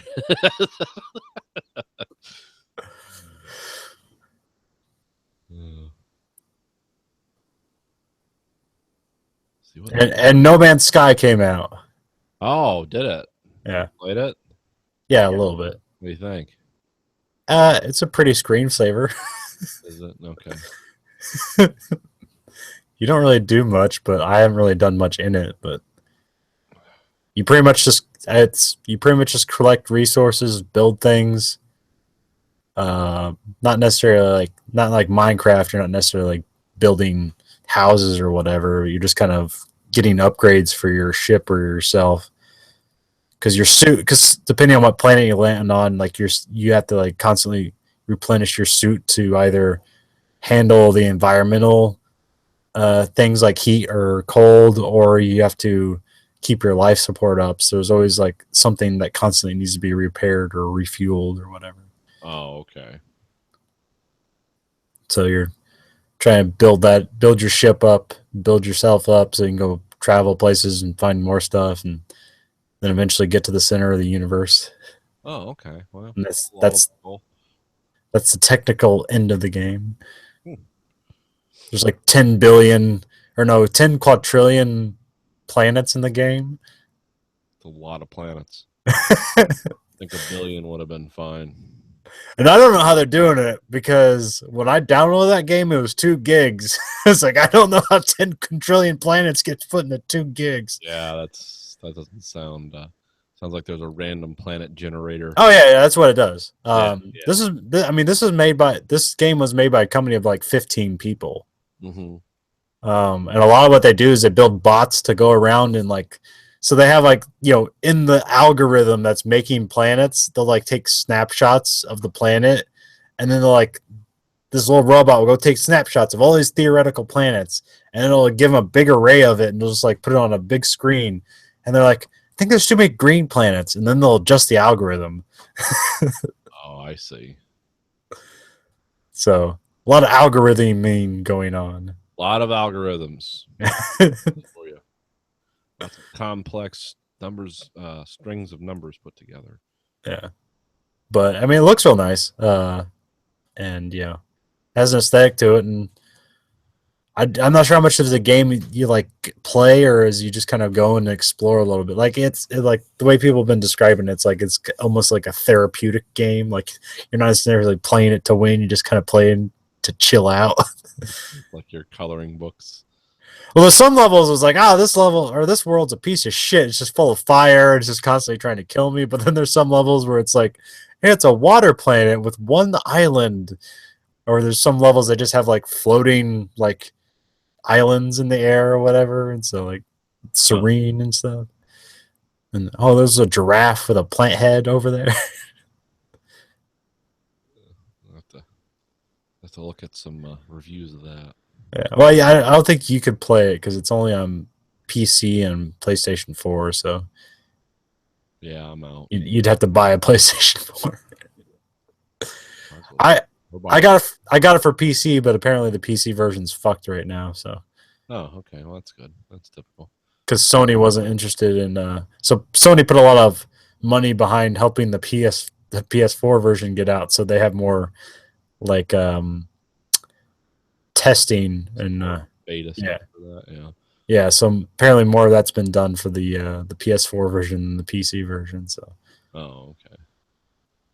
But it's already like the best-selling PC game on Steam, or fastest-selling PC game on Steam. So apparently they've hired a whole team to do bug fixing that's bigger than their entire team to start with.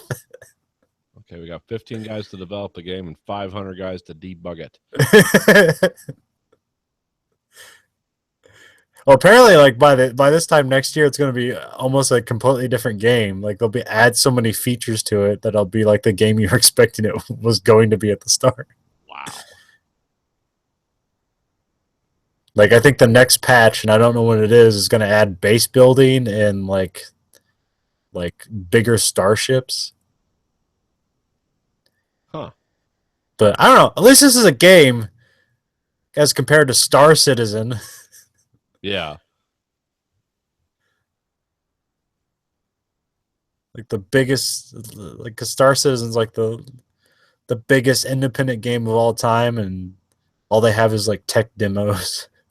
It looks amazing though. Star Citizen. I'm going to check that out.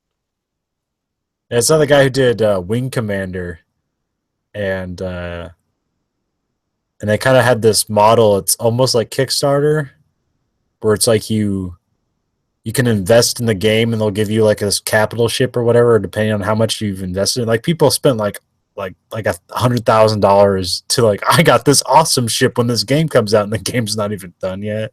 Wow. It's been in development for like 5 years. I think they've accumulated something like almost like $120 million to make this game, and they haven't made it yet. That's crazy. Yeah, it's the largest, largest money ever accumulated for an independent game ever. That's a lot of money. That's a Yeah. big promise to deliver on. Yep. It looks. I mean, you see those tech demos. It looks really fucking nice, though. It's not a game yet. Yeah. At least it's not a thing yet. Well, because it wants to do everything. So there is a demo you can download for it, where you can do the space combat. And it's like, oh, it seems pretty cool. But then they also have like first-person shooter stuff in there too. And so it's like, they want to have a Grand Theft Auto space adventure game, but they have the money to make it. But they just kind of, I think they a little overpromised and have underdelivered so far. Yeah, I mean, I don't know. Companies will spend money on. I don't think they're expecting to get that much money though. Yeah. Because I think once they got a lot of money, they hired some teams like, well, they know how to make first-person shooters, and then when whoever was like working on the game originally like starts to butt heads with this company who was used to making games one way, and then shit gets all fucked up because they're not talking to each other because they just don't communicate very well. It's like, well, we're not giving you the money. It's like, well, you're not gonna fucking game. Always makes people feel good. Well, it's like at work, they have all this stuff. I see all the internal propaganda. I don't know if I should talk about it, but I will anyway. $1.7 billion to retool a transmission plant. Next year, 10-speed transmission in all the F-150s. Huh. And it's got the launch mode in it, too, where it's like you press a button, and it determines the torque, and you just hit the gas, and it just keeps building and building and building, and then it releases. The computer releases it. And this is a truck doing this. Huh. It'll also be in. Well, I don't know how much of that money they spent because GM. They said they teamed up with GM, and then I just read an article in Road and Track saying GM and Ford have never teamed up so close because it's virtually an identical transmission they will both be making. They've never teamed up like that before, where they're basically saying these products are completely interchangeable. But it's like 10-speed transmission. Holy shit. That's a big transmission. But, that's... Companies will invest that, I guess, if they think there's a future in it. Well, I think they might have been scared if they're doing a joint venture. It's like, hey, let's both not fuck this up. Well, the thing is the patenting. Yeah. So if you make a 10-speed transmission and somebody else makes a 10, see, they're very, very particular about patenting now, because the one thing they've learned from the recession and from the Japanese now is you patent the fuck out of everything.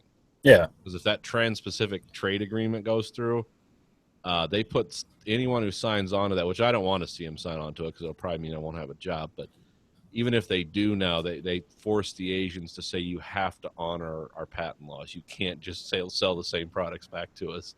And it's like, oh, I worked on that for 15 years, and you took it apart and put it back together and resold it. So, yeah, what they're doing now is if they team up, then they both have a right. No one has to pay royalties off a patent or anything. And, okay. So they don't have to, argue about, we made a 10-speed transmission and you made a 10-speed transmission. How do they work? Pretty much identically. So now we can just say, well, we'll share the cost and share the profits. So. But when I hear the amount of money being thrown around, it's like that's a huge amount of money to retool a plant. But it's what it takes. I mean, yeah, you kind of expect big car makers to do that. It's like they had the money to do that. Yeah, I've heard of $300 and $500 million to retool assembly plants where a whole car is coming out of. I've never heard of a couple billion just for a transmission plant, but that's the thing with cars anymore. Is not the engines and the transmissions. They're all going to last 250,000 miles. Doesn't matter who makes it anymore. They're pretty much, that's it's not quite a staid technology, but they've got it to a point where it has a long life cycle. So now it's just the features. What can I say about it? The American car makers have not been as successful having all the computer whiz bang. That has as much to do with our government regulatory apparatus as it does with what the car makers can do. But if they can sell you a car that has, all these, it's like, this is a truck. It gets 38 miles to the gallon, but you can drive it like a race car if you want to. And, But that's the kind of stuff that sells them. well, I read somewhere that like Congress is supposed to really start cracking down on automakers to go to driverless cars. Because what I mean, the reason for that being is that is the amount of auto fatalities in America is staggering, and like the one way to lower that down is if no humans are driving the fucking cars anymore. Yeah, well, you want to do that until because they talk about that, and people that are great salesmen like Elon Musk make it seem like it's just a few years away.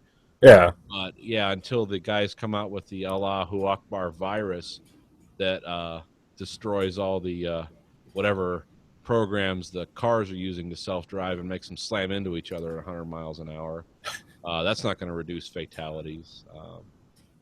They're really pushing that for livery, like semis and stuff like that. Yeah. You do want to go to that because they basically made it impossible to make a living doing that as a human anyway.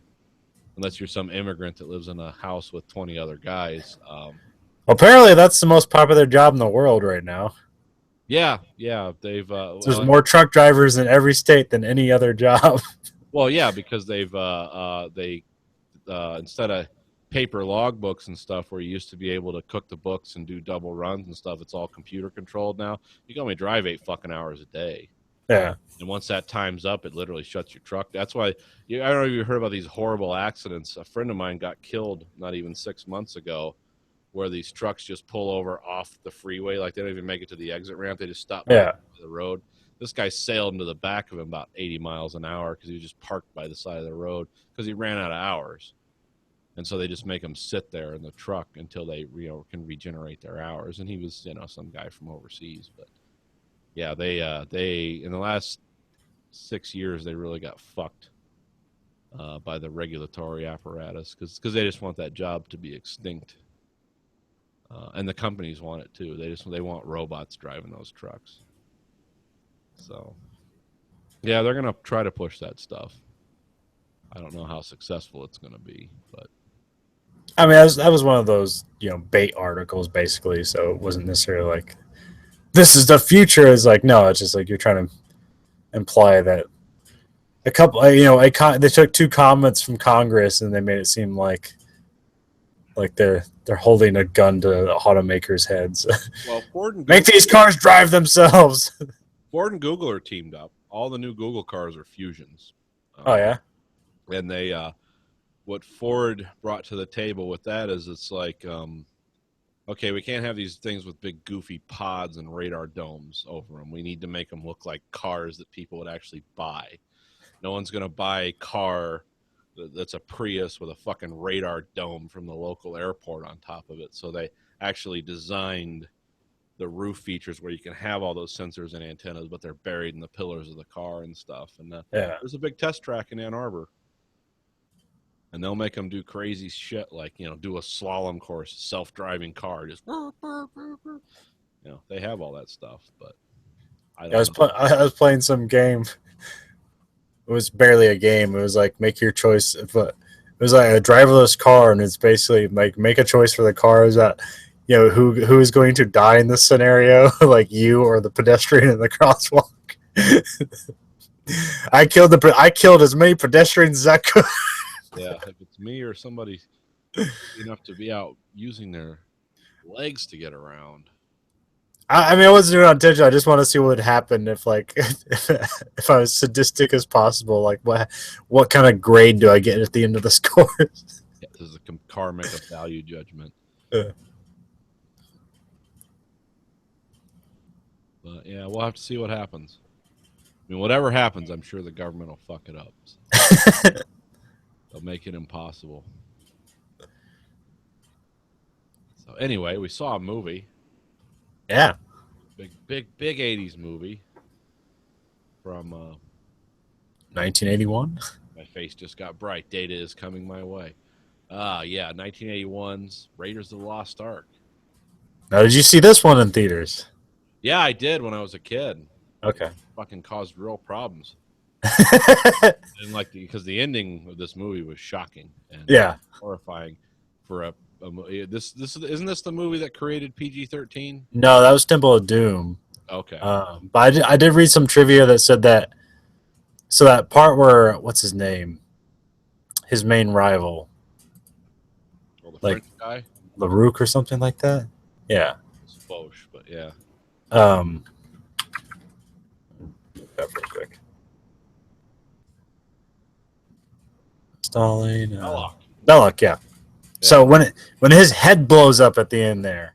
Yeah. So apparently that was just straightforward. His head blows up. But if you look at it now, it's like they kind of have this wall of flames in front of or kind of behind the picture Yeah. to make that less violent because they got an R rating originally for the head being blown up. So when they put the flames behind it to kind of obscure everything, then they got a PG. Oh, I see. Okay. But PG-13 hadn't been created yet, so they couldn't get a PG-13. It was only R or PG. Yeah. I remember I saw this in the theaters. Fuck, I was born in 1974, so I'd have been like 6 years old. Yeah. Yeah. It was it was a good movie. Very good movie. Yeah. I mean, best of the genre, really. Yeah. For this kind of action adventure film with a certain amount of historical context. Yeah. I forgot until I have this on disc and I watched it. I forgot how beautifully shot this movie was too. And how many different places they must have shot this movie. Because it really looked like it was from all over the world. Yeah. Starts off right with that transition where you had the Paramount mountain kind of fading into the mountain that they're walking to. It had some good characters too. Alfred Molina right up front. That's the guy.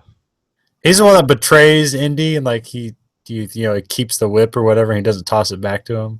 Yeah, And then he failed. Yeah.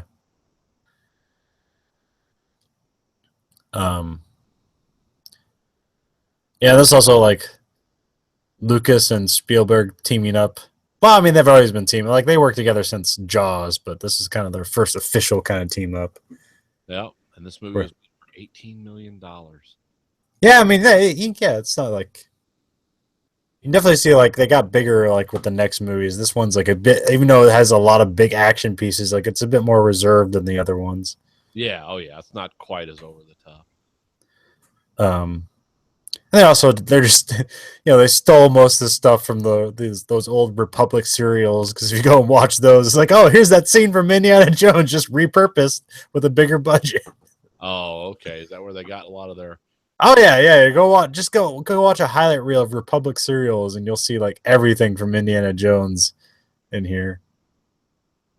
Like the ball rolling down, like the whip, the rope swinging, the hat, like everything.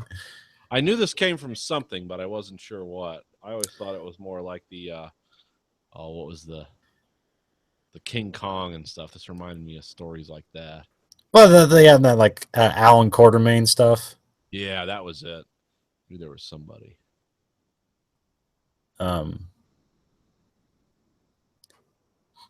But yeah, this was intentionally them making like those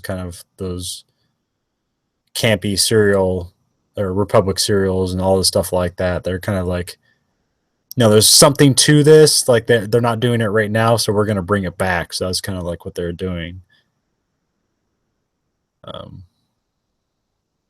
Because it's like played kind of seriously. It's like a lot of this what's going on is pretty fucking ridiculous, but yeah, they play it well, so it's like you just enjoy it.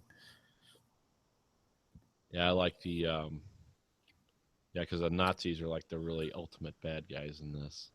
Well, yeah, because like Indiana Jones, like kind of like violently and without remorselessly kills a lot of people because they're Nazis. Like, fuck it.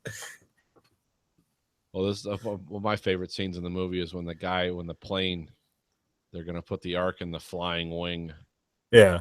and yeah, and the mechanic or the pilot wants to box with him, and of course the guy is just massive, and he gets chopped up by the blades. They don't show it, but it's like the guy's standing there like, yeah, come on, get up, I'll hit you again, and he's just looking at him and smiling because here comes the propeller blades of this fucking plane. And then he just like all of a sudden ducks, and the guy's like, "What's wrong?" And he turns around, and then just cut away to like it's almost like an Evil Dead 2 cutaway, just Yeah. blood being splayed everywhere. Yeah, so something similar to that where the guy has the sword. Yeah. It's the big curved sword, and he's swinging it around this real artful thing. It's like, oh, here comes a big fight scene. I just pulls out a 44 and shoots him. It's like, that guy, fuck that. Yeah, that's what it was like. It's like, should I laugh or not? That was funny, but it's like he just killed him, man. Someone. Yeah, who cares? The convoy fight scene was probably the best, like, extended action scene in this. Yeah. Where he's fighting the guys. And one of the biggest feat of like, stunt work ever. Practical stunt work, yeah. Yeah. Really, that guy really did that shit. yeah. Well, I know the guy got drugged behind the truck and stuff. It's like, that's dangerous as hell. And this had like every Nazi super weapon. It had the flying wing, the U-boats. It's like all that Nazi stuff was in this. Yeah. At one point or another. What time? Do you know what time period this is supposed to be? 35, 36, I think. Okay. Yeah. It's like I didn't know if like there's the war is supposed to be going on or not. No. This is just when the Nazis were consolidating their Power. Yeah. Okay. This is when they were, when they would sign off on Czechoslovakia, like, yeah, you can have them. Kind of the same time period. And this makes the Nazi, this is the first movie that really, everyone always thought the Nazis were evil, but this movie makes them like super evil. Like they're into the occult and like old Testament and magic shit. Like they're trying to steal religious stuff and use it to win the war, and then come years later you think, oh, that's just a funny story, and then years later you come to find out, oh shit, the Nazis really were into stuff like that. Yeah, because that's the spear of destiny and all that. Like they, the thing that was where they stabbed Jesus in the side and all that. Yeah. Oh, the Nazis had that. That was a real thing. I mean, I don't know if it was the real spear, but yeah, we found that. And of course, it did get whisked away into some archives. It said that any army that had that would never be defeated, and that was kind of the behind the spear.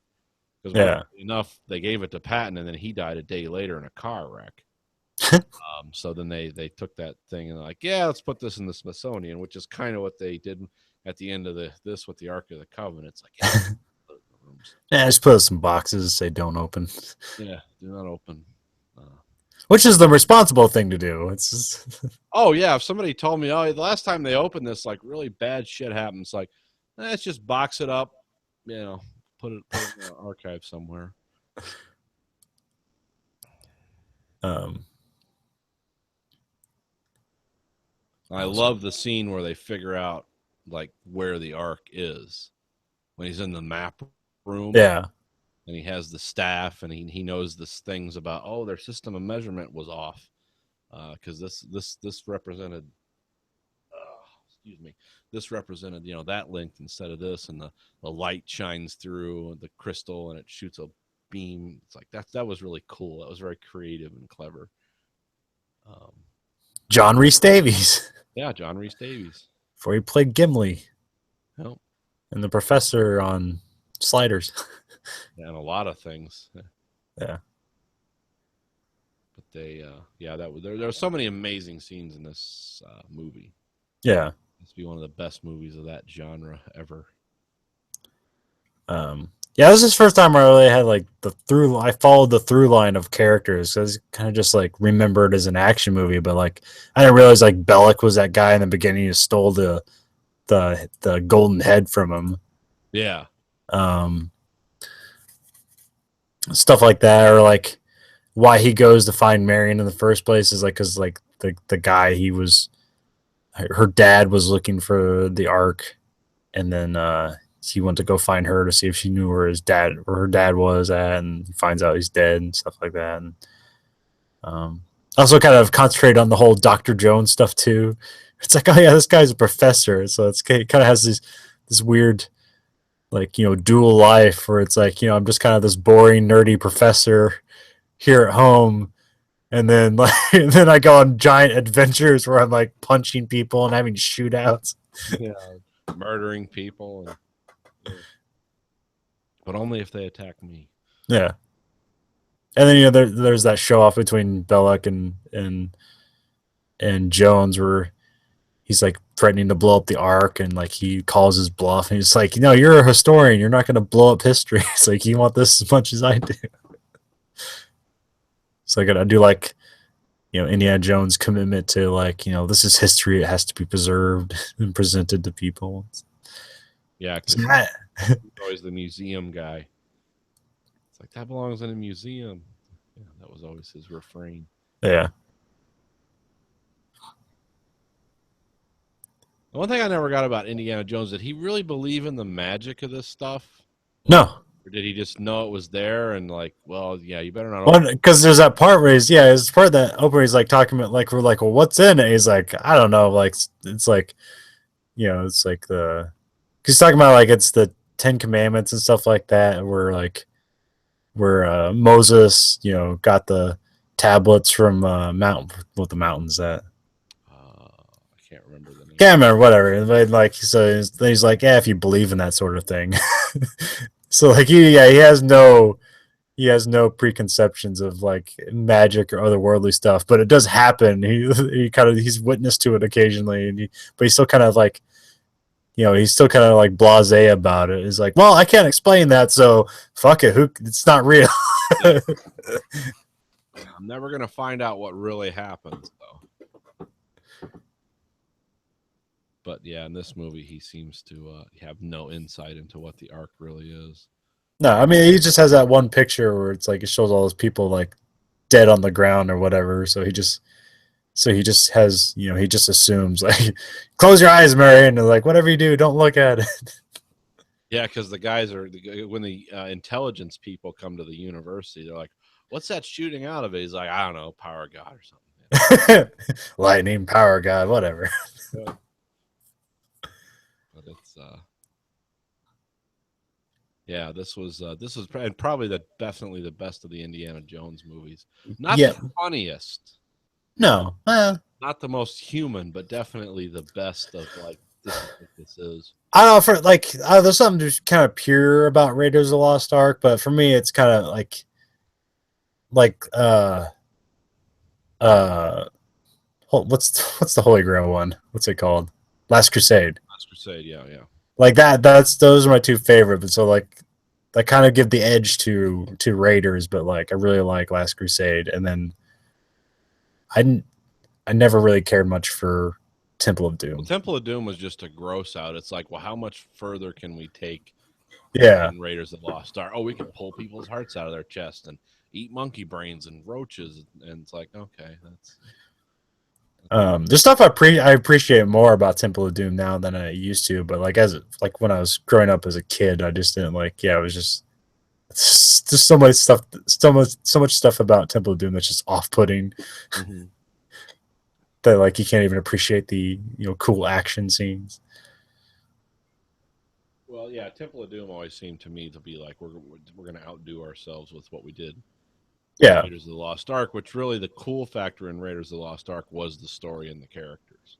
Yeah, which they didn't. I mean, they already established the characters, but they, the female lead wasn't as good. No. The sidekick was fun. Yeah, Korean kid or Chinese kid or whatever, but yeah, the villains were not the Nazis. Yeah, villains were some weird cult in India or something. It's like, well, that's scary, but the Nazis, they were real fucking, they were actual evil. We know who the Nazis were and what they did, and it's like, yeah, I could see them trying to steal the, Ark of the Covenant and using the power of God against the rest of the world. I could, yeah, the Nazis, I can believe that. That's why they revisited the Nazis. Yeah. In the Last Crusade, and then in Crystal Skull, they used the Soviets as surrogates, but yeah. I didn't watch that movie because my son told me not to. It's like, Dad, never watch Kingdom of the Crystal Skull. It's like, okay, all right. It wasn't as bad as everyone, like, I felt like everyone felt about it, but yeah, it's not good. It's definitely the, I mean, I'd probably watch that again over Temple of Doom, but it's not. Because, like, there's something about it. It's like Indiana Jones and, like, 50s Soviet era and alien shit. I was like, that seems like an interesting combination to put together, and then it just doesn't work out really. Yeah. And like these movies age pretty well, even though some of the special effects is some of it's kind of wonky, but all the practical effects are still work today. Whereas with like Kingdom of Crystal Skull is already outdated with how some of the special effects look terrible. Oh yeah. The only part of that movie I saw where when he was in one of those desert towns where they were doing the tests out in the White Sands, New Mexico. But the thing I like about this movie, the Raiders of the Lost Ark, was it is what was I gonna say? Yeah, it is almost timeless because it's in a time period that actually existed. It has real bad guys, and it has real compelling weird reasons, that the bad guys are doing the things. Because to anyone just reading about it or watching this, if you presented this story on paper, it's like, well, this is stupid. Nazis were more interested in heavy water experiments and, developing the Wunderwaffen than they ever were in this occult shit. But then you learn more about the Nazis. It's like, oh no, they were deeply ingrained in occult shit, and also the Christian religion is real to a lot of people. And when you throw in icons of, the Old Testament, like the Ark of the Covenant, it's like, oh, that's a real thing too. It's like this movie had all the cool factor in it of it's not aliens, it's not some esoteric enemy like, the underground evil cult or whatever. It's like, oh no, it's Nazis and they're fucked up and they'll do anything. Yeah. So that's where this movie wins on almost every point. Is like, even though the stuff that they're doing and they're talking about is fantastical and ridiculous, it's like, it's believable too. You could see Hitler like wanting to acquire all these things.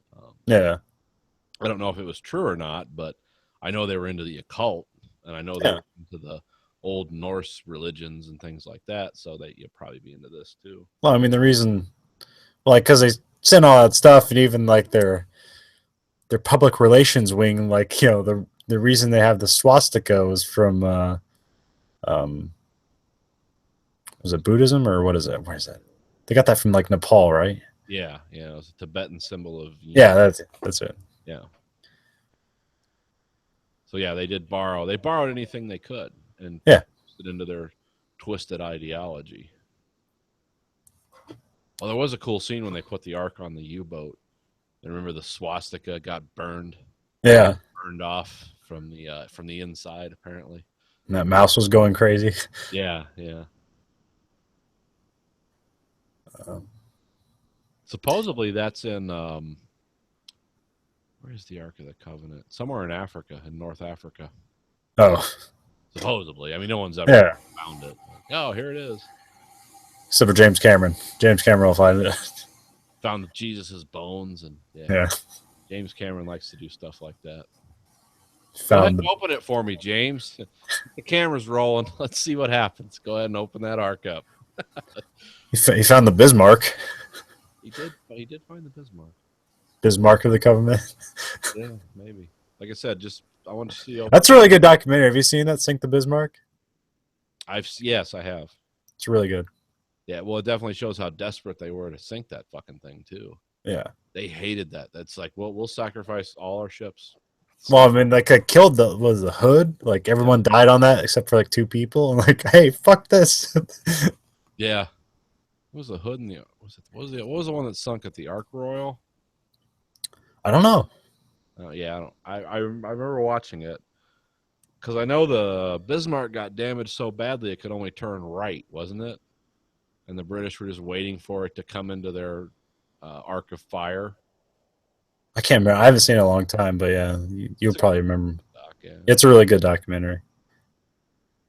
Because they could have got everyone off the Bismarck, but the captain was like, "No, we're not going to surrender." It's like, well, they're just going to sink us when we swing around because we can only turn one direction, and we're inevitably going to come into their range. But I remember the part where they're talking about like when that thing like turned upside down and the turrets just fell out. It's like, oh yeah, there's just nothing. Why would they bolt it on? It's too fucking heavy. It's like just holding in there by gravity. They weigh 400 tons. Where are they going?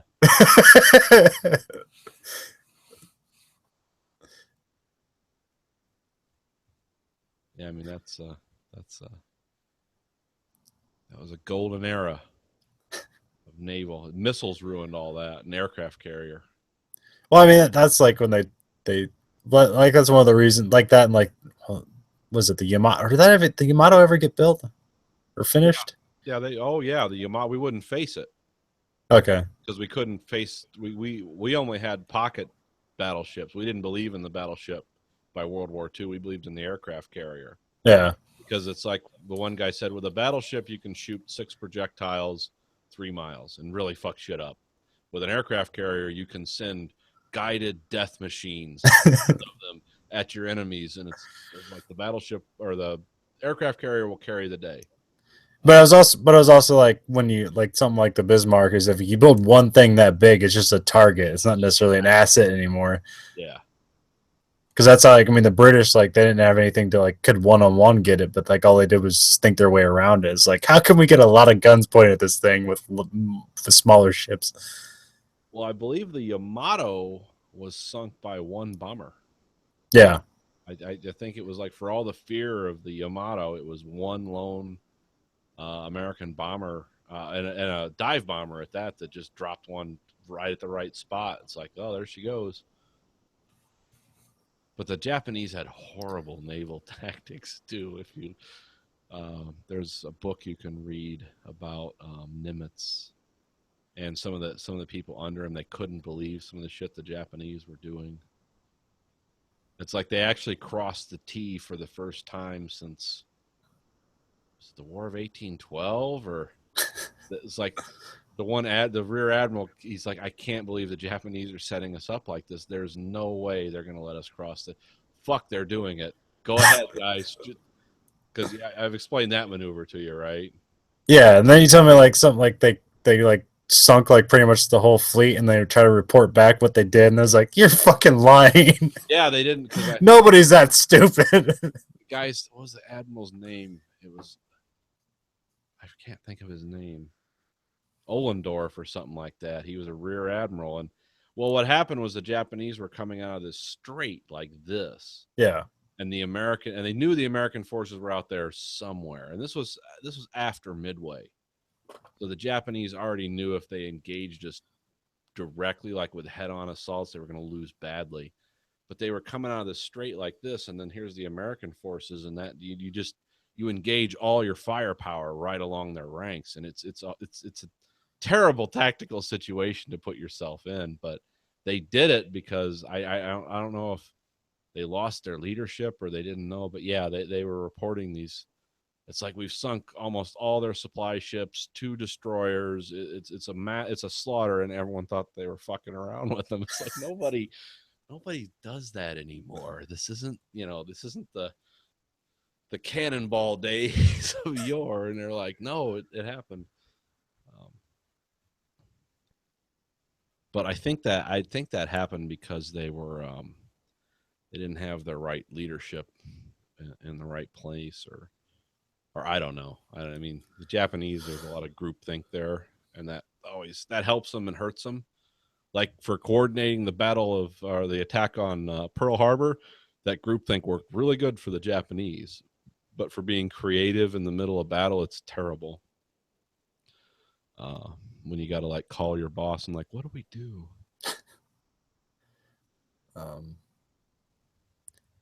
Yeah, like so. Where are they? Like, where they go in the movie? They go. They start out in Africa. Isn't that Africa?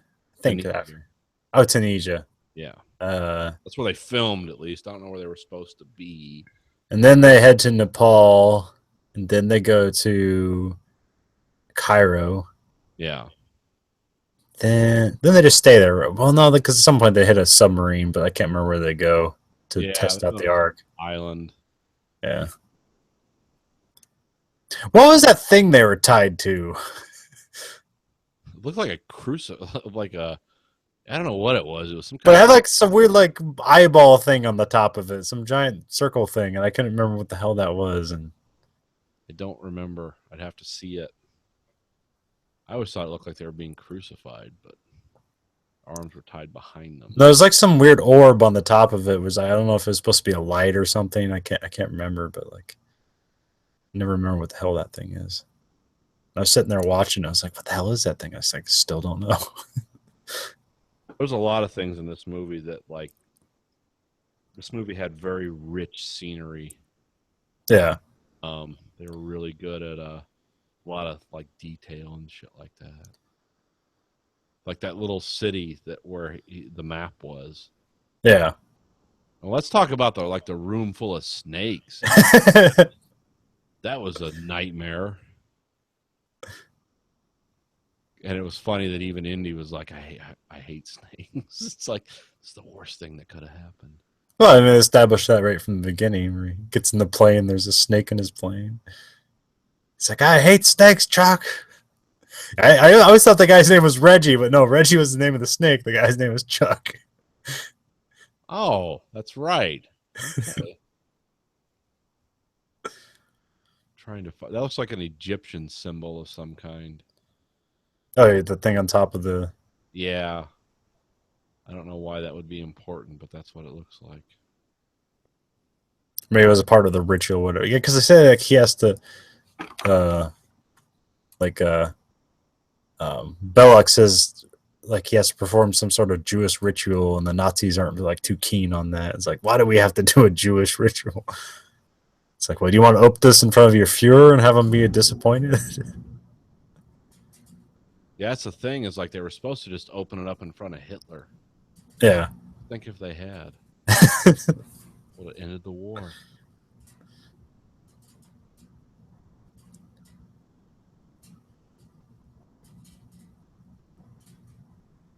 Yeah, that looks like a Jewish or not a Jewish, that looks like an Egyptian symbol. All right, I'll just take it as that. Yeah, I mean, you know, it's just scene dressing, just window dressing. And there's a lot of those special effects here. Like they seem like the light that shines on the miniature city seems like the refrigerator and Ghostbusters, and even some of the spirits flying around at the end there kind of seem like some of the ghosts from Ghostbusters. Yeah. So I'm guessing some of the guys that worked on, I'm guessing ILM. I can't remember, but ILM must have done some of the special effects for Ghostbusters. I would assume so, yeah. Because it does look like it has this. It's the same kind of effects.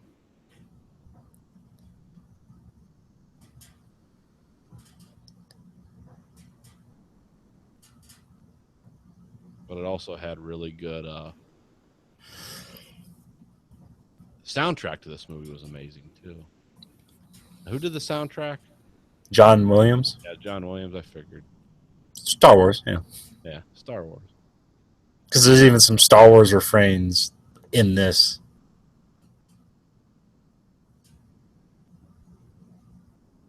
But that main theme is definitely its own.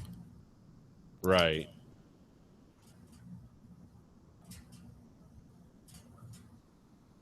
Now this one's this series, like they had a TV show for this, and Yeah, Young Indiana Jones. yeah, they had spin-offs and things like that. I mean, that was pretty much the one. They've had a few different video games. They've had some adventure ones that were pretty. There's like Indiana Jones and the Lost Temple of Atlantis or something like that. I think that's the good one. And then there's been some bad ones where it was like Indiana Jones and the Infernal Machine. I don't remember that one. Yeah, I think that was like a 3D kind of like Tomb Raider's big. Let's make an Indiana Jones Tomb Raider because Tomb Raider's just Indiana Jones but with tits. Oh, okay. Indiana Jones with tits.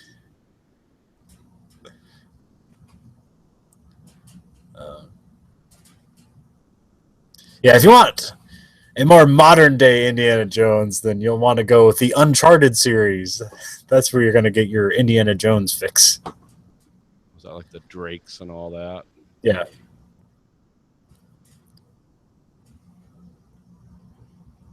But it's very much Indiana Jones and has a lot of similar humor and also a lot of like, hey, we're trying to preserve history. Well, nah, he's not really kind of trying to preserve history. We kind of. He's kind of a historian, but he's also just a scoundrel who needs money. Yeah. And then you know, by at the end of the story, there's usually they find some weird, mysterious, you know, force that they have to reckon with, and it's like, oh, this was all real up until this point. It's like, oh well, this is the weird mystical turn these things always have to take. I've never played those games. Well, they're PlayStation only games, so That would explain why.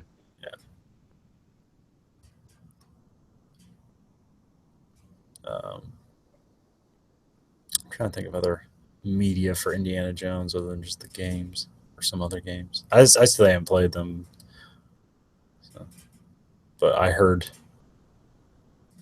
the Lost City of Atlantis one is pretty good because that's like the old LucasArts when they made adventure games. That was it was like one of those, Oh, I see what you're saying. like Monkey Island and stuff like that. Day of the Tentacle, Maniac Mansion. Huh. I don't remember any of them. Now, is this now? Did this movie kind of establish Harrison Ford as his own thing? Yeah, I think this is the first, like, okay, he can hold his own movie. I think this was like, because it's like, I think this was, I mean, if not his first, his biggest non-Star Wars role after beyond Star Wars. Right. I'll have to pull up his IMDb, but I'm pretty sure. That's what That's I was it. thinking. I thought this was his first one, kind of, was like lead character, main character, Yeah. heroic character, violent character. Guy who could throw a punch. Because what? Let's see here. Because he was like American Graffiti. Here, Star Wars. here. Yeah, here we got Star Wars, and then after that, Heroes, which I've never seen that. Then you have Force 10 from Navarro, which I kind of remember that because that's like the sequel to Guns from Navarro, the Guns of Navarro. Yeah, that's an interesting one. Okay, you got Apocalypse Now, where he has that really brief role. Yeah, Terminate with Extreme Prejudice. Hanover Street, never seen that. The Frisco Kid, never seen that. That was a Western, I think. Then you have Empire Strikes Back, and then directly after that, you have Raiders of the Lost Ark. Okay, Lost. so this really was Yeah. this is where Harrison Ford became Harrison Ford outside of Star Wars. Damn, that's a hell of a 3 movies in a row. Empire, Raiders, Blade Runner. Yep. Right in a row. He almost turned against acting. Yeah,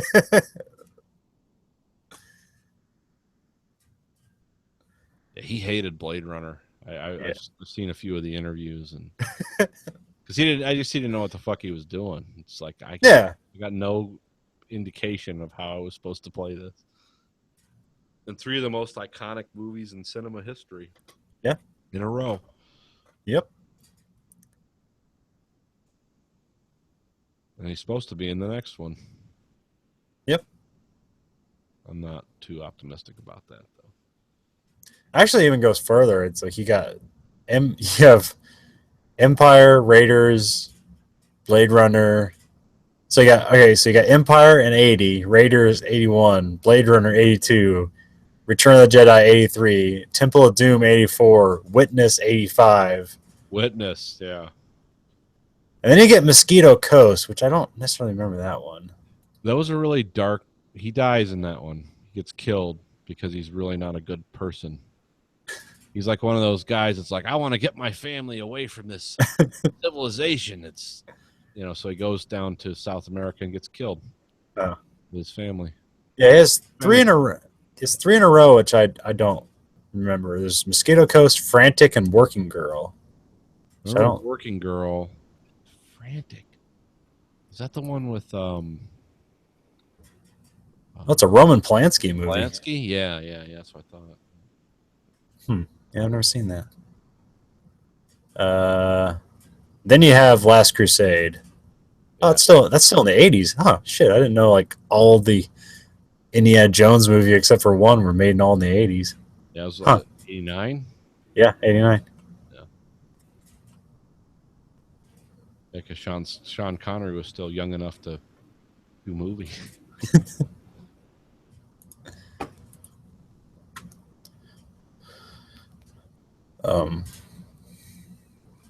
But yeah, this is definitely one of those 80s movies where the weird 80s movies where it's like you can watch, it's timeless. Yeah, as a time, as to the thesis of this, this movie does hold up, but because it was set, 40 years before it was made. Yeah, I mean, a lot of these, period pieces that are made in different decades tend to hold up because you give them that benefit of the doubt. Yeah, you have to believe that this is the 1930s. I mean, like Back to the Future gets the same benefit where it's because most of the movies spin in the 50s. It's like it seems timeless because it's taking place in the 50s more than it is taking place in the 80s. And this is one of the great George Lucas. I mean, this is like one of the big three of George Lucas. Yeah. Or not George Lucas, Steven Spielberg. You got this. Oh yeah. What was the other big? Jaws. Jaws, yeah. I mean, all those movies are big. I mean, you throw Jurassic Park in there and Close Encounters of the Third Kind. Yeah. But this is like one of his biggest movies. It's got to be. Saving Private Ryan. Kind of established the Spielberg style and feel. Well, I think this is kind of him making something that's, well, I don't know how I'm gonna say this. Like, it's not necessarily more family friendly, but like, it's not necessarily an adult movie. Yeah, like kids. There's not like for kids. There's not like tits in this movie or a lot of F words or anything.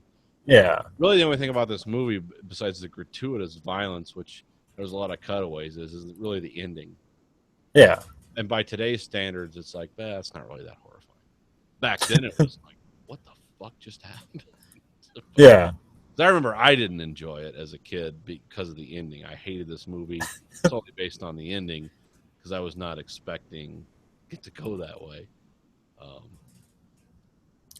But between like Jaws and Close Encounters, like Raiders is a pretty different movie. It's like appealing more to a younger demographic. Yeah, well, it's an adventure movie. Yeah.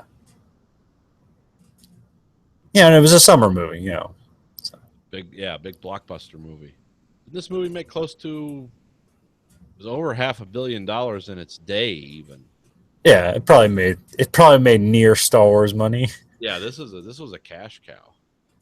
It says here 242 million US, but I'm not sure if that's adjusted for inflation or not.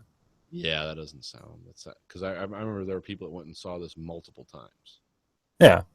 Because there's always something that's like, oh, did you see that?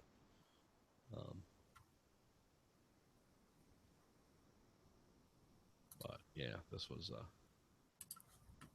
it's a great movie. Great genre. I don't know what you call it. The 1930s archaeology films. I don't even know how you describe this, but well, it's like you said. It's like Alan Quartermain and like Lost City of Gold and all that kind of stuff. It's an adventure film. Yeah, it's an adventure film with really scary protagonists. Because this is neat because it allows you to play around with history. Yeah. Because you can't make the Nazis anymore. It's like, oh, that's too evil even for the Nazis. No, there's none of that. There's none of those barriers. Well, you get to play that like thing where it's okay. The Nazis were doing this, but like it didn't work out. And like, here's why. The real reason we won the Second World War. Nothing to do with 10 times the productive capacity of the Reich. It was because we defeated we didn't allow them to harness the power of the angel of death.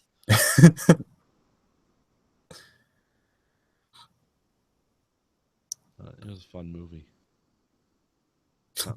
If you haven't seen it, watch it. Yeah, if you haven't seen Raiders of the Lost Ark, you're probably a fucking weirdo. I haven't seen it a dozen times. Remember, these used to play. That should be our next feature. We should find movies that we should have watched but never have. I've never watched The Godfather. Yeah, me neither. I've made it a thing though, because I think if I watch it, something bad will happen to me. I'll watch it. I've read the book. I've seen so many scenes of The Godfather and so many analyzations of The Godfather and people talk about The Godfather that I pretty much just kind of assume I've seen The Godfather, but I've never sat down and watched The Godfather. My favorite movie that I think I got through like the first half hour of Godfather 2 before I had to do something else because it was on USA. Oh, my because that's movie good. He did was like Apocalypse Now. Yeah. Like, what else do I need to see before and after that movie that's going to prove to me that this guy's a brilliant filmmaker? Yeah. Coppola is amazing. Okay, great. And his nephew's are kind of a weirdo. But which one's that? Nicolas Cage. Oh, okay, yeah. Because his whole family's all big into it. Because like Sofia Coppola is a director, and then there's another Coppola who's a director. He did. What was her biggest one? Lost in Translation. Yeah, that's probably the most well received one. She did that Marie Antoinette movie, but I don't think that went anywhere. But that was a really big movie. Period piece. Yeah. Literally.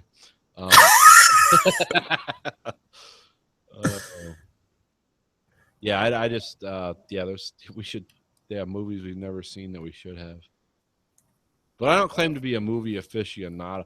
I'm like a movie guy, kind of like Quentin Tarantino when he talks about movies. That's sort of I'm not into it for like the art. It's just like, I love that one scene with that dialogue. It was really cool. Yeah. I don't really have to appreciate the sweep and the scope of Ben-Hur or Gone with the Wind. It's like, those are cool movies for their time. Yeah, it's a lot of like on my list. It would be a lot of like dramas or like almost any movie that's won Best Picture. I probably haven't seen a lot of movies that won Best Picture. Yeah. Because I'm just not really into dramas. Because a lot of that just comes off as it's like, oh yeah, that's a great performance, but to me, it's like, there's a lot of problems that could have been solved if you weren't a fucking idiot, but that's how a drama occurs. You weren't so goddamn dramatic. You could have closed the door on this problem a long time ago. And then a lot of that stuff is just like, period piece stuff, like because they just win Oscars. And like sometimes I'm not necessarily interested in like, I'd rather watch a documentary or read a book about it than watch like this fictional version of it. Right. Just because like I know like, well, that probably didn't happen.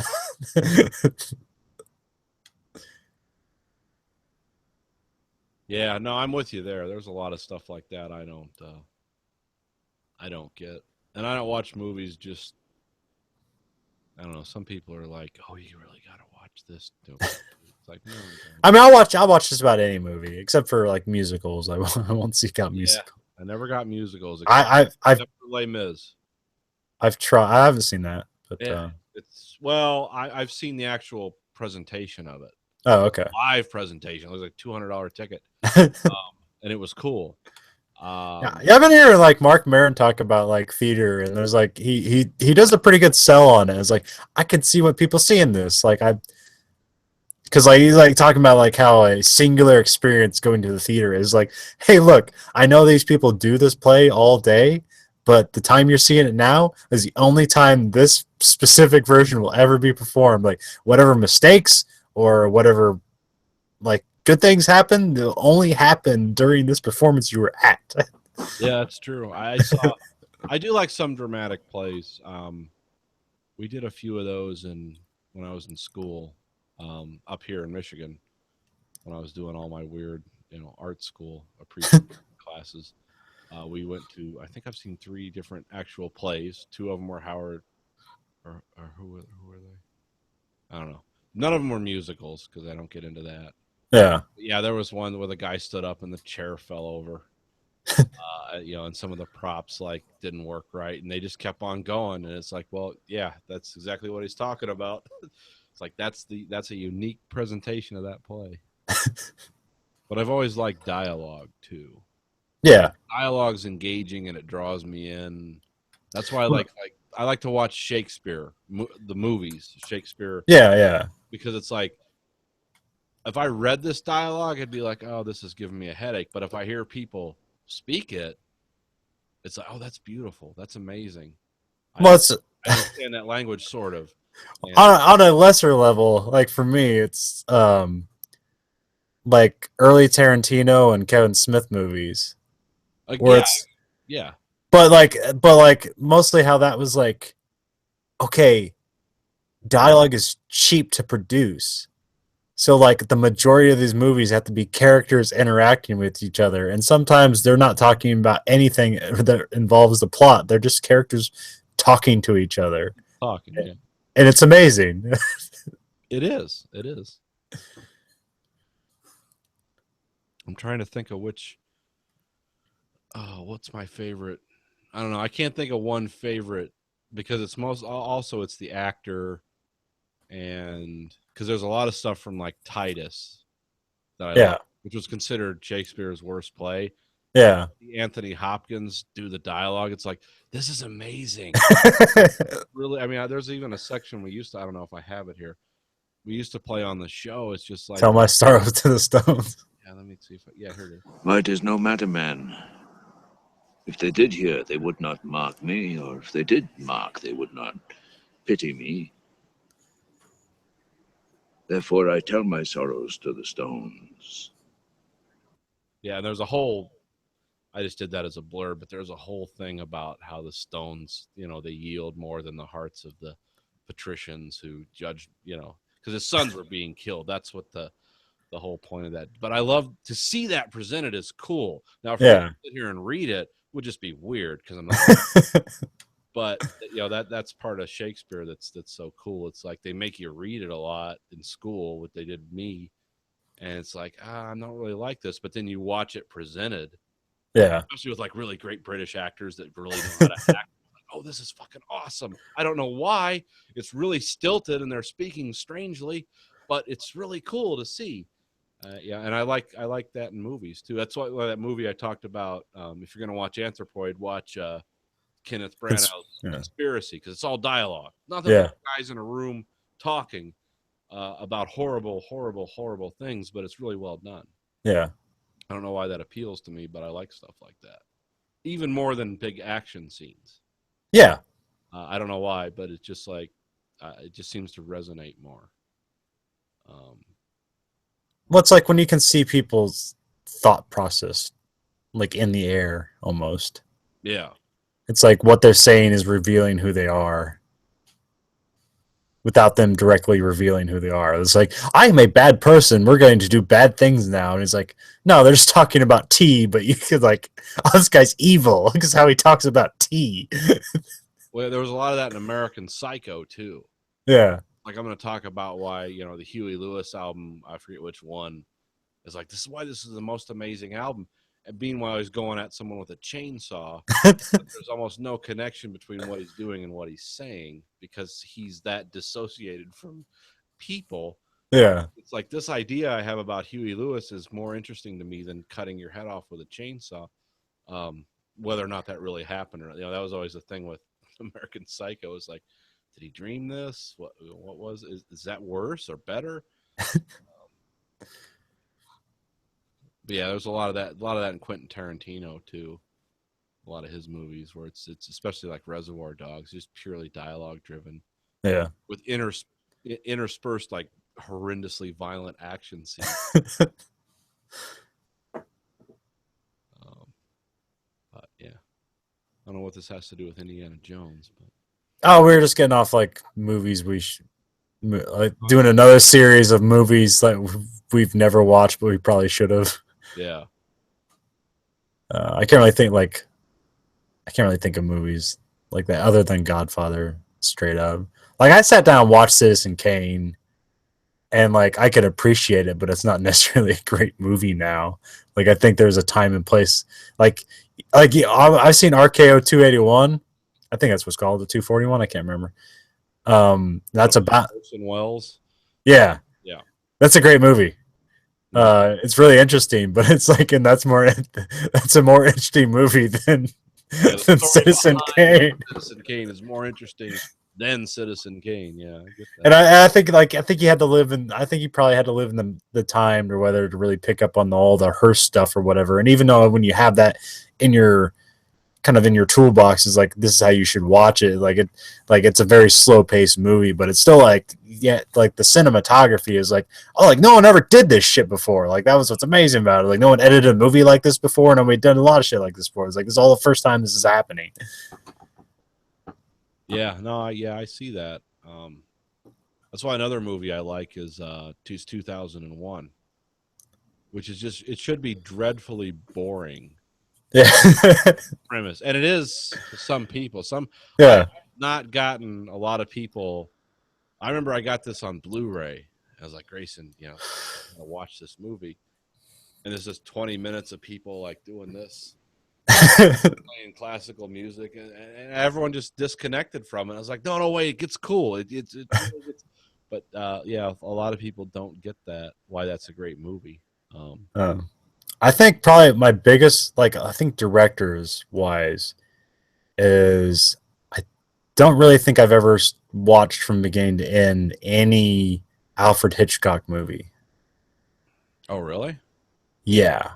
Yeah, Rear Window's worth doing that. Yeah. That's because I know about most of them, but like I've never watched The Birds from beginning to end. I've never watched Vertigo from beginning to end. Dial In for Murder, and I've probably watched a lot of Rear Window, but it never went all the way from beginning to end with that one. Yeah, try to watch Rear Window again, but just listen to the characters. Trying to watch the movie, listen to the characters. There's a lot of good. North by Northwest has a lot of that too. Yeah, I've never seen that either. Yeah, there's a lot of like dialogue in there that's worth paying attention to. The Birds. Bird's one of those movies that doesn't hold up very well. Not because of the special effects, it's because of the motivations of the characters are a little okay. Range. It's but yeah, it's still a great movie. See, I've seen Birdemic before I've seen The Birds. What was that? Birdemic?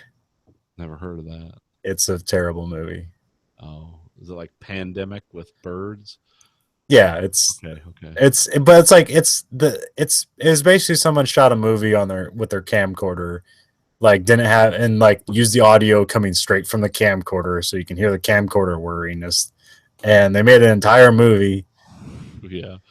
Especially with like terrible special effects of just like digital birds flying around, and it also has a weird kind of like, like one of the characters' motivation is that they're trying to be an actress. It's like, oh, here they're on a movie trying to be an actress for real. It's like almost a documentary, and then and it's directed by a guy who doesn't completely know English, but like he was with a tech company and he had some money and he just wanted to make movies.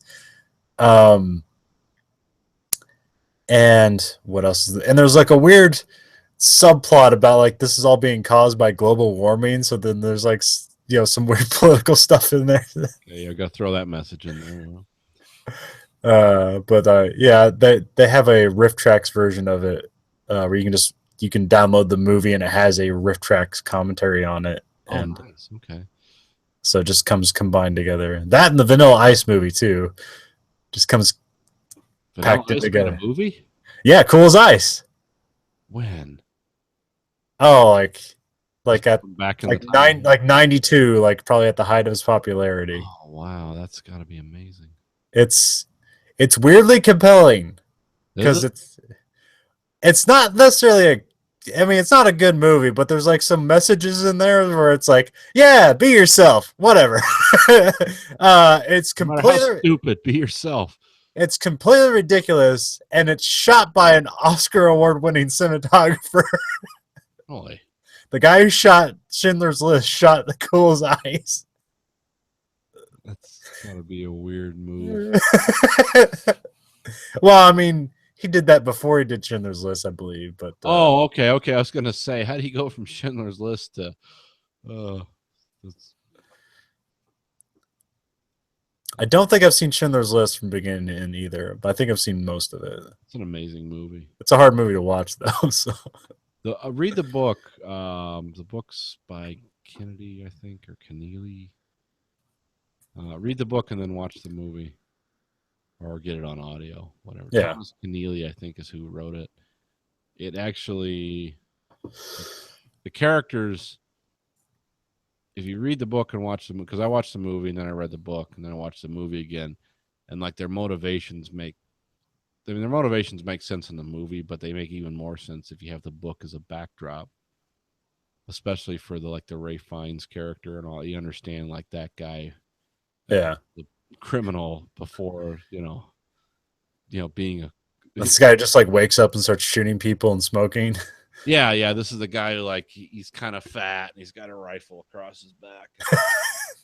It's like, oh, that person's sitting there, and I just queue up on him, and yeah, he was actually a much worse person even than that movie made him look. Kind of like these Heydrich type characters. It's like, who sits around and thinks about doing this shit all day? Because for me, I'm like, if it just came down to making money, which is really the only I would do bad things to make money. But it's just like, I'm just going to indiscriminately kill people for a philosophy. I don't get that. And it doesn't make it any clearer in any of these movies. That's what's scary about the Nazis is nothing is clear. What really made you decide this is the way to go? I mean, what do you really, really believe? You really just hate people that much? I guess. Well, anyway. You have anything else for this week? No. All right. Well, this week for the American Greed Factory podcast, this is Nathan. This is Conlon. Goodbye, America.